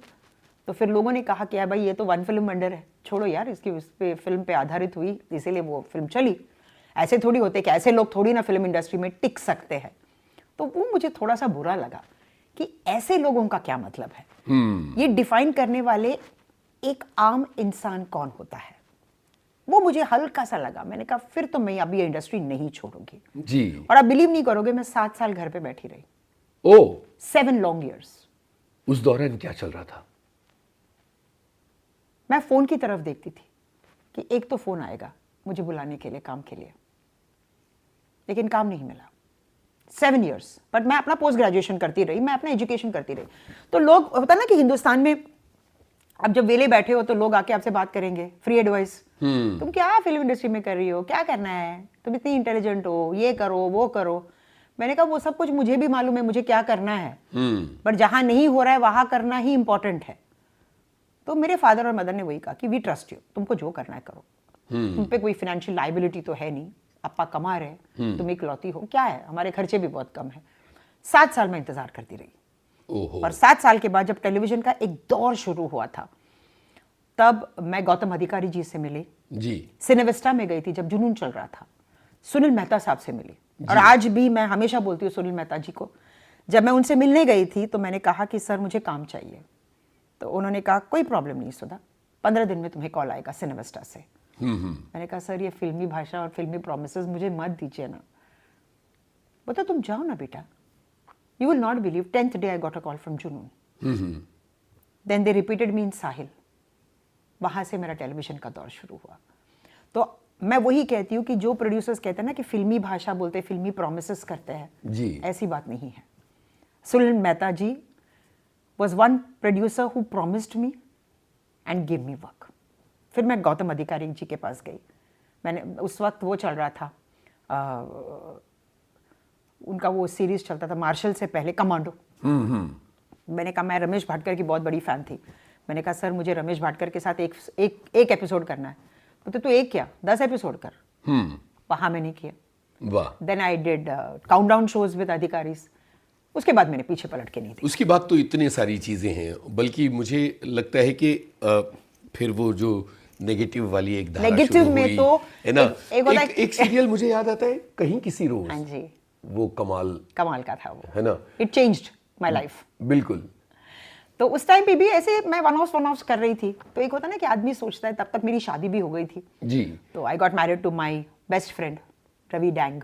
लेकिन इसकी भी एक कहानी है, बहुत बड़ी कहानी है उसकी। कहानी तो बहुत क्यूट कहानी है वो बताइए। तो मैं एक्चुअली उसको मिली थी जब मैं फिल्म की शूटिंग कर रही थी। एक फिल्म कर रही थी सीता सलमा सूजी जी, जैसे अमर अकबर एंथनी, एक फिल्म ऐसे लेडीज वाली। मैं अर्चना पूरन सिंह और मुनमुन सेन। तो ये बंदा मतलब हमारे कमर नारवी साहब थे जो प्रोड्यूसर थे, डायरेक्टर थे, तो उनके एसोसिएट थे ये। तो आते थे सवेरे, तब एक तो कभी हंसता नहीं था। हमारी आदत थी यार, मॉर्निंग में आदमी हंसता नहीं है, मतलब ये क्या है। मतलब आदमी कड़वा बादाम बन के आता है सेट पे जी। तो बहुत ही नाक ऐसा चढ़ा के ना ऐसे, मतलब C61। हाँ। तो मैं बोलती थी यार कैसे लोग हैं यार इस इंडस्ट्री में, हिंदी इंडस्ट्री में। तो आता था, मैं बोलती थी हेलो गुड मॉर्निंग, चला जाता था। मैंने कहा आपके घर में आपको सिखाया नहीं है क्या, आपको गुड मॉर्निंग बोलना है रेसिप्रोकेशन में। बोले देखिए मैडम, मैं असिस्टेंट एसोसिएट हूँ, मेरे पास काम बहुत होते हैं। ओके। और यहाँ मुझे पैसे आपको गुड मॉर्निंग बोलने के लिए नहीं दिया जाता है, मुझे जाके सेट तैयार करनी है क्योंकि लोगों का हमारे शॉट्स लगाने हैं। तो हर रोज मैं आके आपको गुड मॉर्निंग बोलूं, ये मेरा कोई प्रोटोकॉल नहीं है। ओहो। मैंने कहा वाह, बंदा बड़ा स्ट्रांग है। क्योंकि नॉर्मली जब आप देखते हैं ना लोग हेलो हेलो हेलो, बट जब आप बहुत एक डिफरेंट इंसान को देखते हैं, आई कम फ्रॉम साउथ, तो मेरे फादर हमेशा वैसे थे और इतनी जल्दी किसी की बात सुनते नहीं थे, तो मुझे कहीं नहीं कहीं लगा कि अरे मेरे फादर की झलक है इस बंदे में। तो देन एक होता ना कि आप बात करने लगते हो, then you understand each other. साथ में स्ट्रगल करते थे क्योंकि मैं अकेली कहीं जा नहीं सकती थी ऑफिस में, तो मैं इसको बोलती थी तू चल ना मेरे साथ यार, एक लड़का मेरे साथ रहेगा तो लोगों को लगेगा कि कोई तो है मेरे साथ। ऐसे हम लोग करते करते 8 साल हमारी दोस्ती थी। वाह। तब तक मेरे मदर का प्रेशर था, फादर का नहीं, कि चलो चलो अभी शादी के लिए लड़का ढूंढे। मैंने कहा देखो अम्मा, मद्रासी से तो मेरा दिल नहीं, मैं शादी करके मैं नॉन फिल्मी बैकग्राउंड में मैं नहीं रह सकती अभी, क्योंकि इतना वो फिल्म मेरे अंदर घुस गया है। या तो वो बंदा हो जो मुझे समझे, मेरे इस इंडस्ट्री को समझे, मेरे वर्किंग पैटर्न को समझे, क्योंकि मैं रात को लेट आऊंगी, देर से आऊंगी, बातें करूंगी, अब हर चीज पे मुझसे सवाल पूछा जाएगा जिसका जवाब मैं नहीं दूंगी, और हर बात का प्रूफ हो ये भी मुमकिन नहीं है। और मैं प्रूफ इसलिए नहीं दूंगी, अगर मैं गलत नहीं हूं तो मैं प्रूफ नहीं दूंगी लोगों को। तो मैंने इससे कहा, मैंने कहा यार मेरी माँ का बहुत प्रेशर आ रहा है यार, बोलते यार मेरी बहन का भी बहुत प्रेशर आ रहा है यार। मैंने कहा चल ना शादी कर लेते। उसने बोला क्या? मैंने कहा देख तू भी मेरे बगैर नहीं रह सकता, 8 साल से तू मेरे साथ है, मैं भी तेरे बगैर नहीं रह सकती।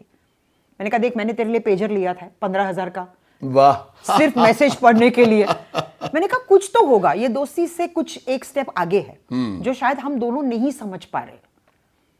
उसने बोला यार बट तू क्या बोल रही है? मैंने कहा हाँ परसों का दिन बहुत अच्छा है यार, कर ले क्या? एकदम।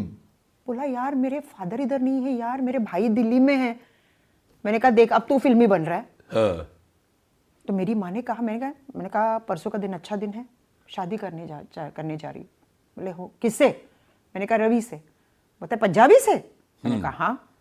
तो नहीं, वो ऐसे बटन खोल के आता है घर के अंदर, हमारे साउथ इंडियन में तो यहाँ तक बटन करके आते हैं। मुझे एक दूजे के लिए याद आ रही है। बिल्कुल एक दूजे के लिए नहीं, हमें राही प्यार के। अच्छा। अरे सर जी उसी में मेरे फादर थे, जो जूही के फादर थे वो मेरे फादर है personally. Okay. He is my father, mister KD Chandra, जिन्होंने वो रोल किया था। तो हमारे घर में हमें राही प्यार के चल रहा था। ओके। हाँ, तो मेरी माँ बोलती थी नहीं यहाँ तक बटन खोल के आता है, येलो टी शर्ट पहनता है, ग्रीन पैंट पहनता है, ये कौन सा बंदा है?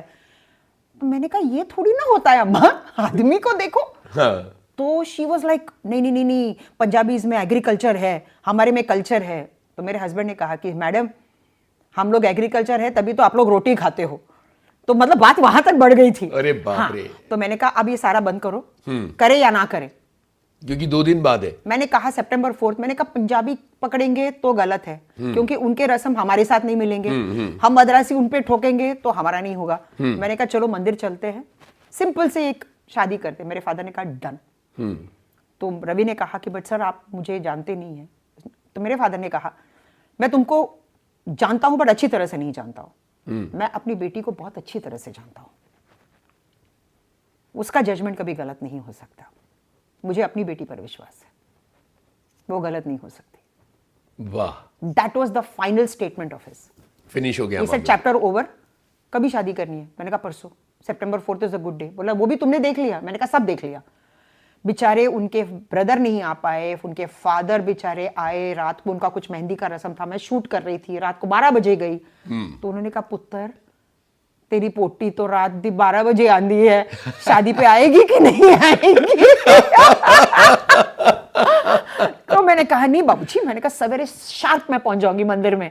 ये बात। और उस दिन मेरी माँ बेचारी जब से मैं पैदा हुई हूँ तब से मेरे लिए गोल्ड और साड़ियां बना रही है। हाँ। मेरी शादी में ये करेगी वो करेगी। यूएस मैंने ब्लाउज भाड़े के लिए, साड़ी मैंने अपने दोस्त का लिया, फिर मैंने गहने, मेरे पास कुछ नहीं थे, मैंने आर्टिफिशियल ज्वेलरी पहनी और मेरी माँ कोसती रही मुझे, इतने सालों से बीसी डाल डाल के तुम्हारे लिए गोल्ड बनाई, एक बैंगल नहीं पहना, वो प्लास्टिक का बैंगल पहन रही है। माय गॉड, इतनी मतलब वो दिन, मतलब जब तक वो थी तब तक मुझे सुनाती गई। देन उस दिन मुझे निकलना था चेन्नई, क्योंकि 5 को मैं परफॉर्म कर रही थी। तो मैं मतलब फटाफट हमने शादी की मंदिर में, फिर उनके सिस्टर ने कहा कि घर आना है, कुछ तेल डालना है, मेहंदी का हाथ, मैंने सब किया। मैंने कहा 5 बजे मेरी फ्लाइट है, मैंने कहा बाय रवि, मैं तेरे को 4 दिन बाद मिलूंगी। 4 दिन बाद मैं फिर घर के अंदर गई। ये तो बड़ा नाटकीय है भाई। नाटकीय नहीं है, सिचुएशन। क्या बात है। बट एक होता है ना कि अगर उस वक्त मैं वो डिसाइड नहीं करती ना तो शायद शादी नहीं होती। And I would have lost the best man in my life. क्या बात है। तो best man in your life, उसके लिए गाना? जहां मैं जाती हूँ वही चले आते हो, चोरी चोरी मेरे दिल में समाते हो। क्या बात है। सुनते भाई, ये एक बात हुई। एक जरूरी बात जो बीच में रह गई कि एनसीईआरटी की बुक में आपका चैप्टर है क्लास 7 में, सीबीएसई में। जी। It's there on all the governments. हाँ, सारे गवर्नमेंट के बुक्स में है। I am lesson in CBSE board. Yes. तो जब बच्चों से मिलती होंगी तो वो यही कहते होंगे कि बुक लेकर आते हैं। अच्छा, ये आप हो। ये जो बुक्स है ना सिलेबस में, वो बुक लेकर आते हैं मेरे पास, क्योंकि शूटिंग में अक्सर मैं स्कूल्स में शूटिंग करती हूँ। आई स्टिल रिमेंबर, मैं राजमंड्री से एक तेलुगु सीरियल कर रही थी, राजमंड्री से बहुत इंटीरियर में मैं कर रही थी। तो वहां मैं बैठी थी तो कुछ 50 स्टूडेंट्स आ गए। मैडम मैडम स्टोरी मैडम, सुधा मैडम।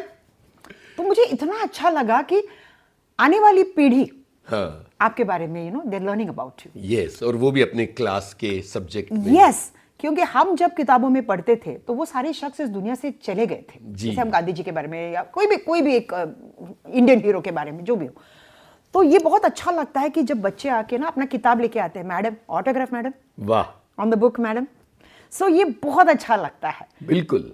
तो आई थिंक इसीलिए मैंने कहा रियल लाइफ हीरोइन तो चलो मेहनत से, लोगों के प्यार से हम बन गए, बट ये जो एक है ना रियल लाइफ असली जिंदगी है।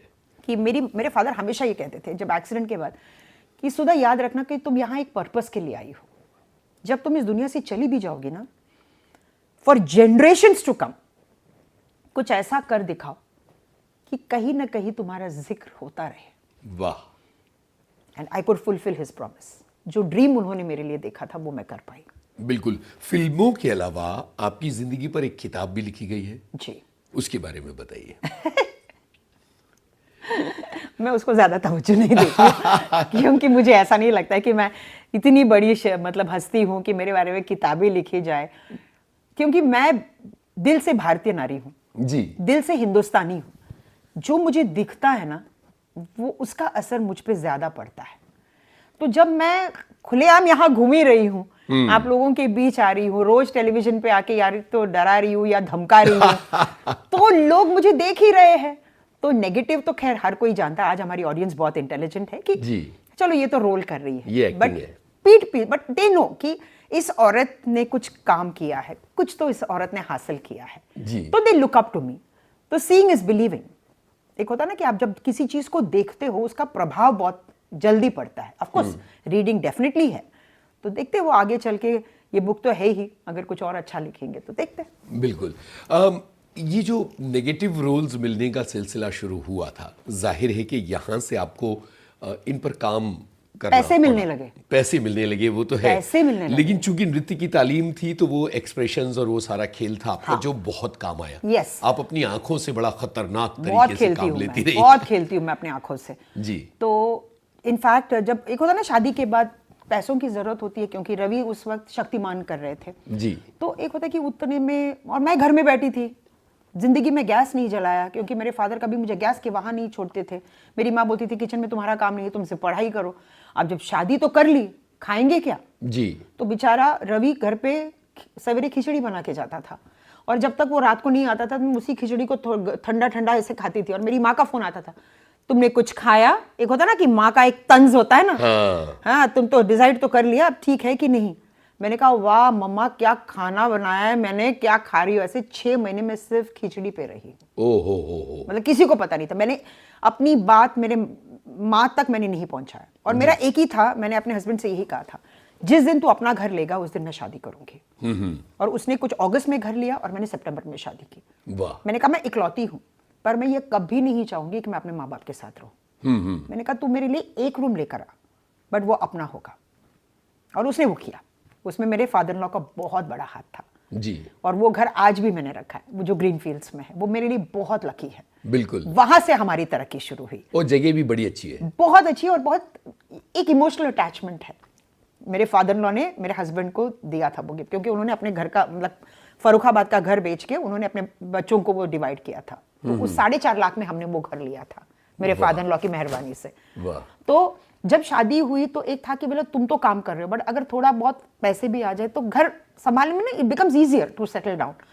तो उस वक्त बालाजी से मुझे फ़ोन आया, बालाजी टेलीफिल्म से, कि एक सीरियल बना रहे, इट्स अ सोशल थ्रिलर, तो एकता जी आपसे मिलना चाहती है। मैंने कहा चलो भैया चलते हैं। तो लोगों ने मुझसे कहा कि भैया बालाजी मत करना, तुम्हारी शादी टूट जाएगी। मैंने कहा क्यों? बोलते तुम घर नहीं आ पाओगे, वहाँ 24 घंटे काम चलता है, कैमरा बंद नहीं होता है, एक्टर घर नहीं जाता है।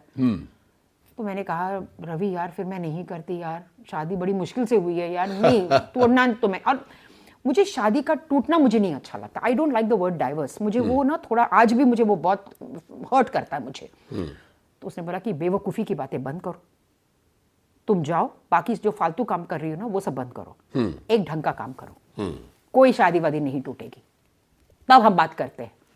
तो मैं गई, मैंने कहानी सुनी, तो सुनते सुनते मुझे समझ में नहीं आया। मैंने कहा ये कौन सी कहानी मुझे सुना रही है? मैंने कहा कौन सा रोल है? Shaina, I would love to do Shaina. तो एकता हंसी, बोलते this role is not, it's a 20-year-old girl, you can't do that role. तो मैंने कहा then what am I doing? She says Ramola.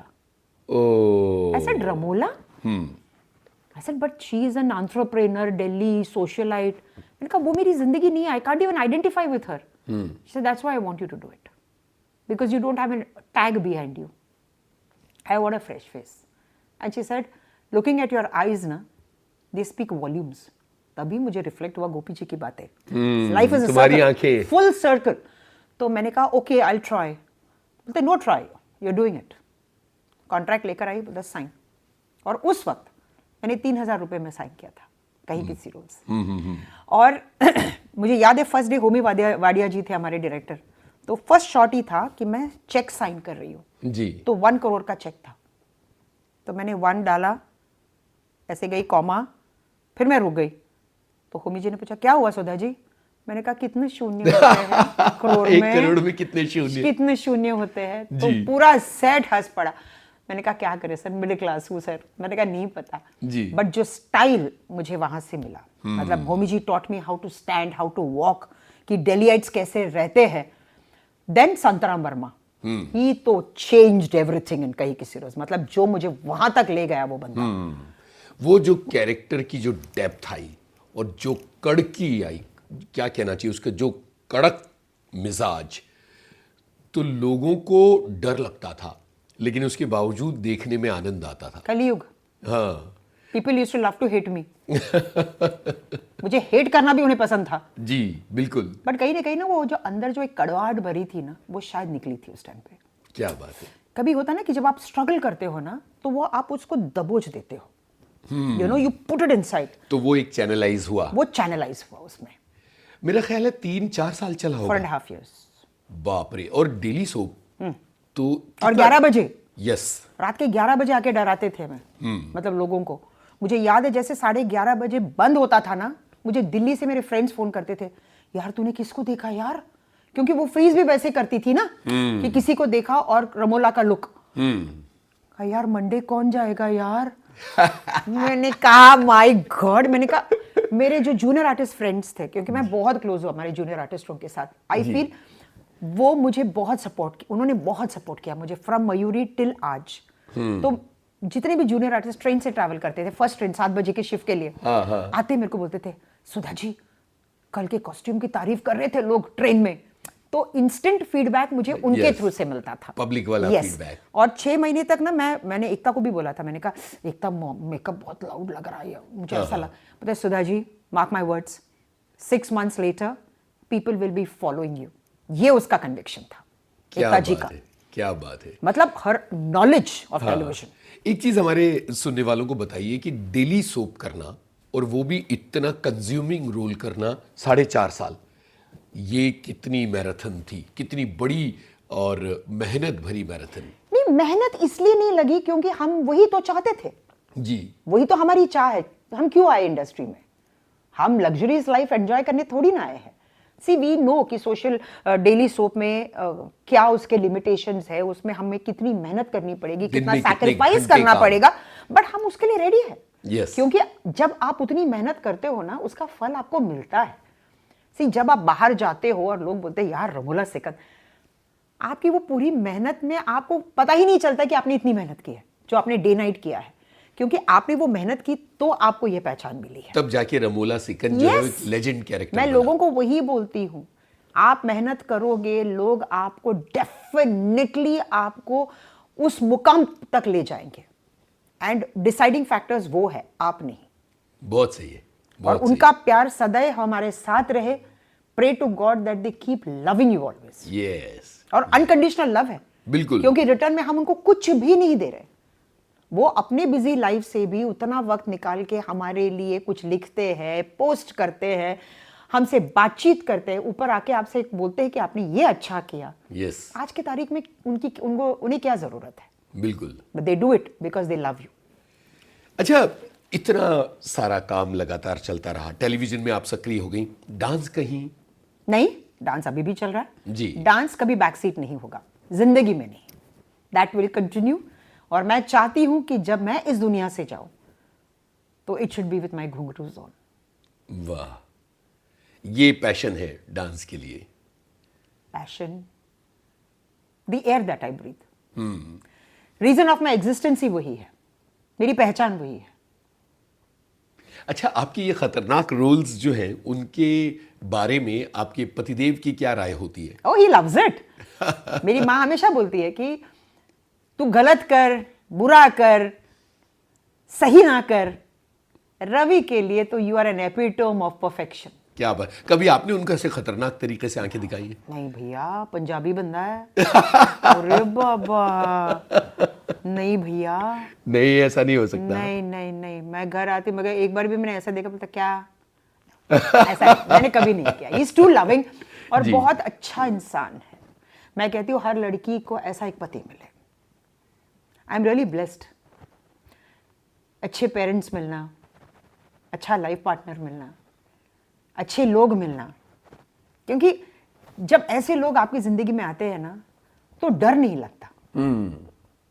क्योंकि आपको पता है कि see when I lost my parents, initially वो था कि यार पेरेंट्स ऑफ कोर्स हमारे जाने तक तो उनका लॉस हम कभी उसकी भरपाई नहीं हो सकती, बट कहीं ना कहीं वो कॉन्फिडेंस है कि यार पति है ना, he is the mother and father for you.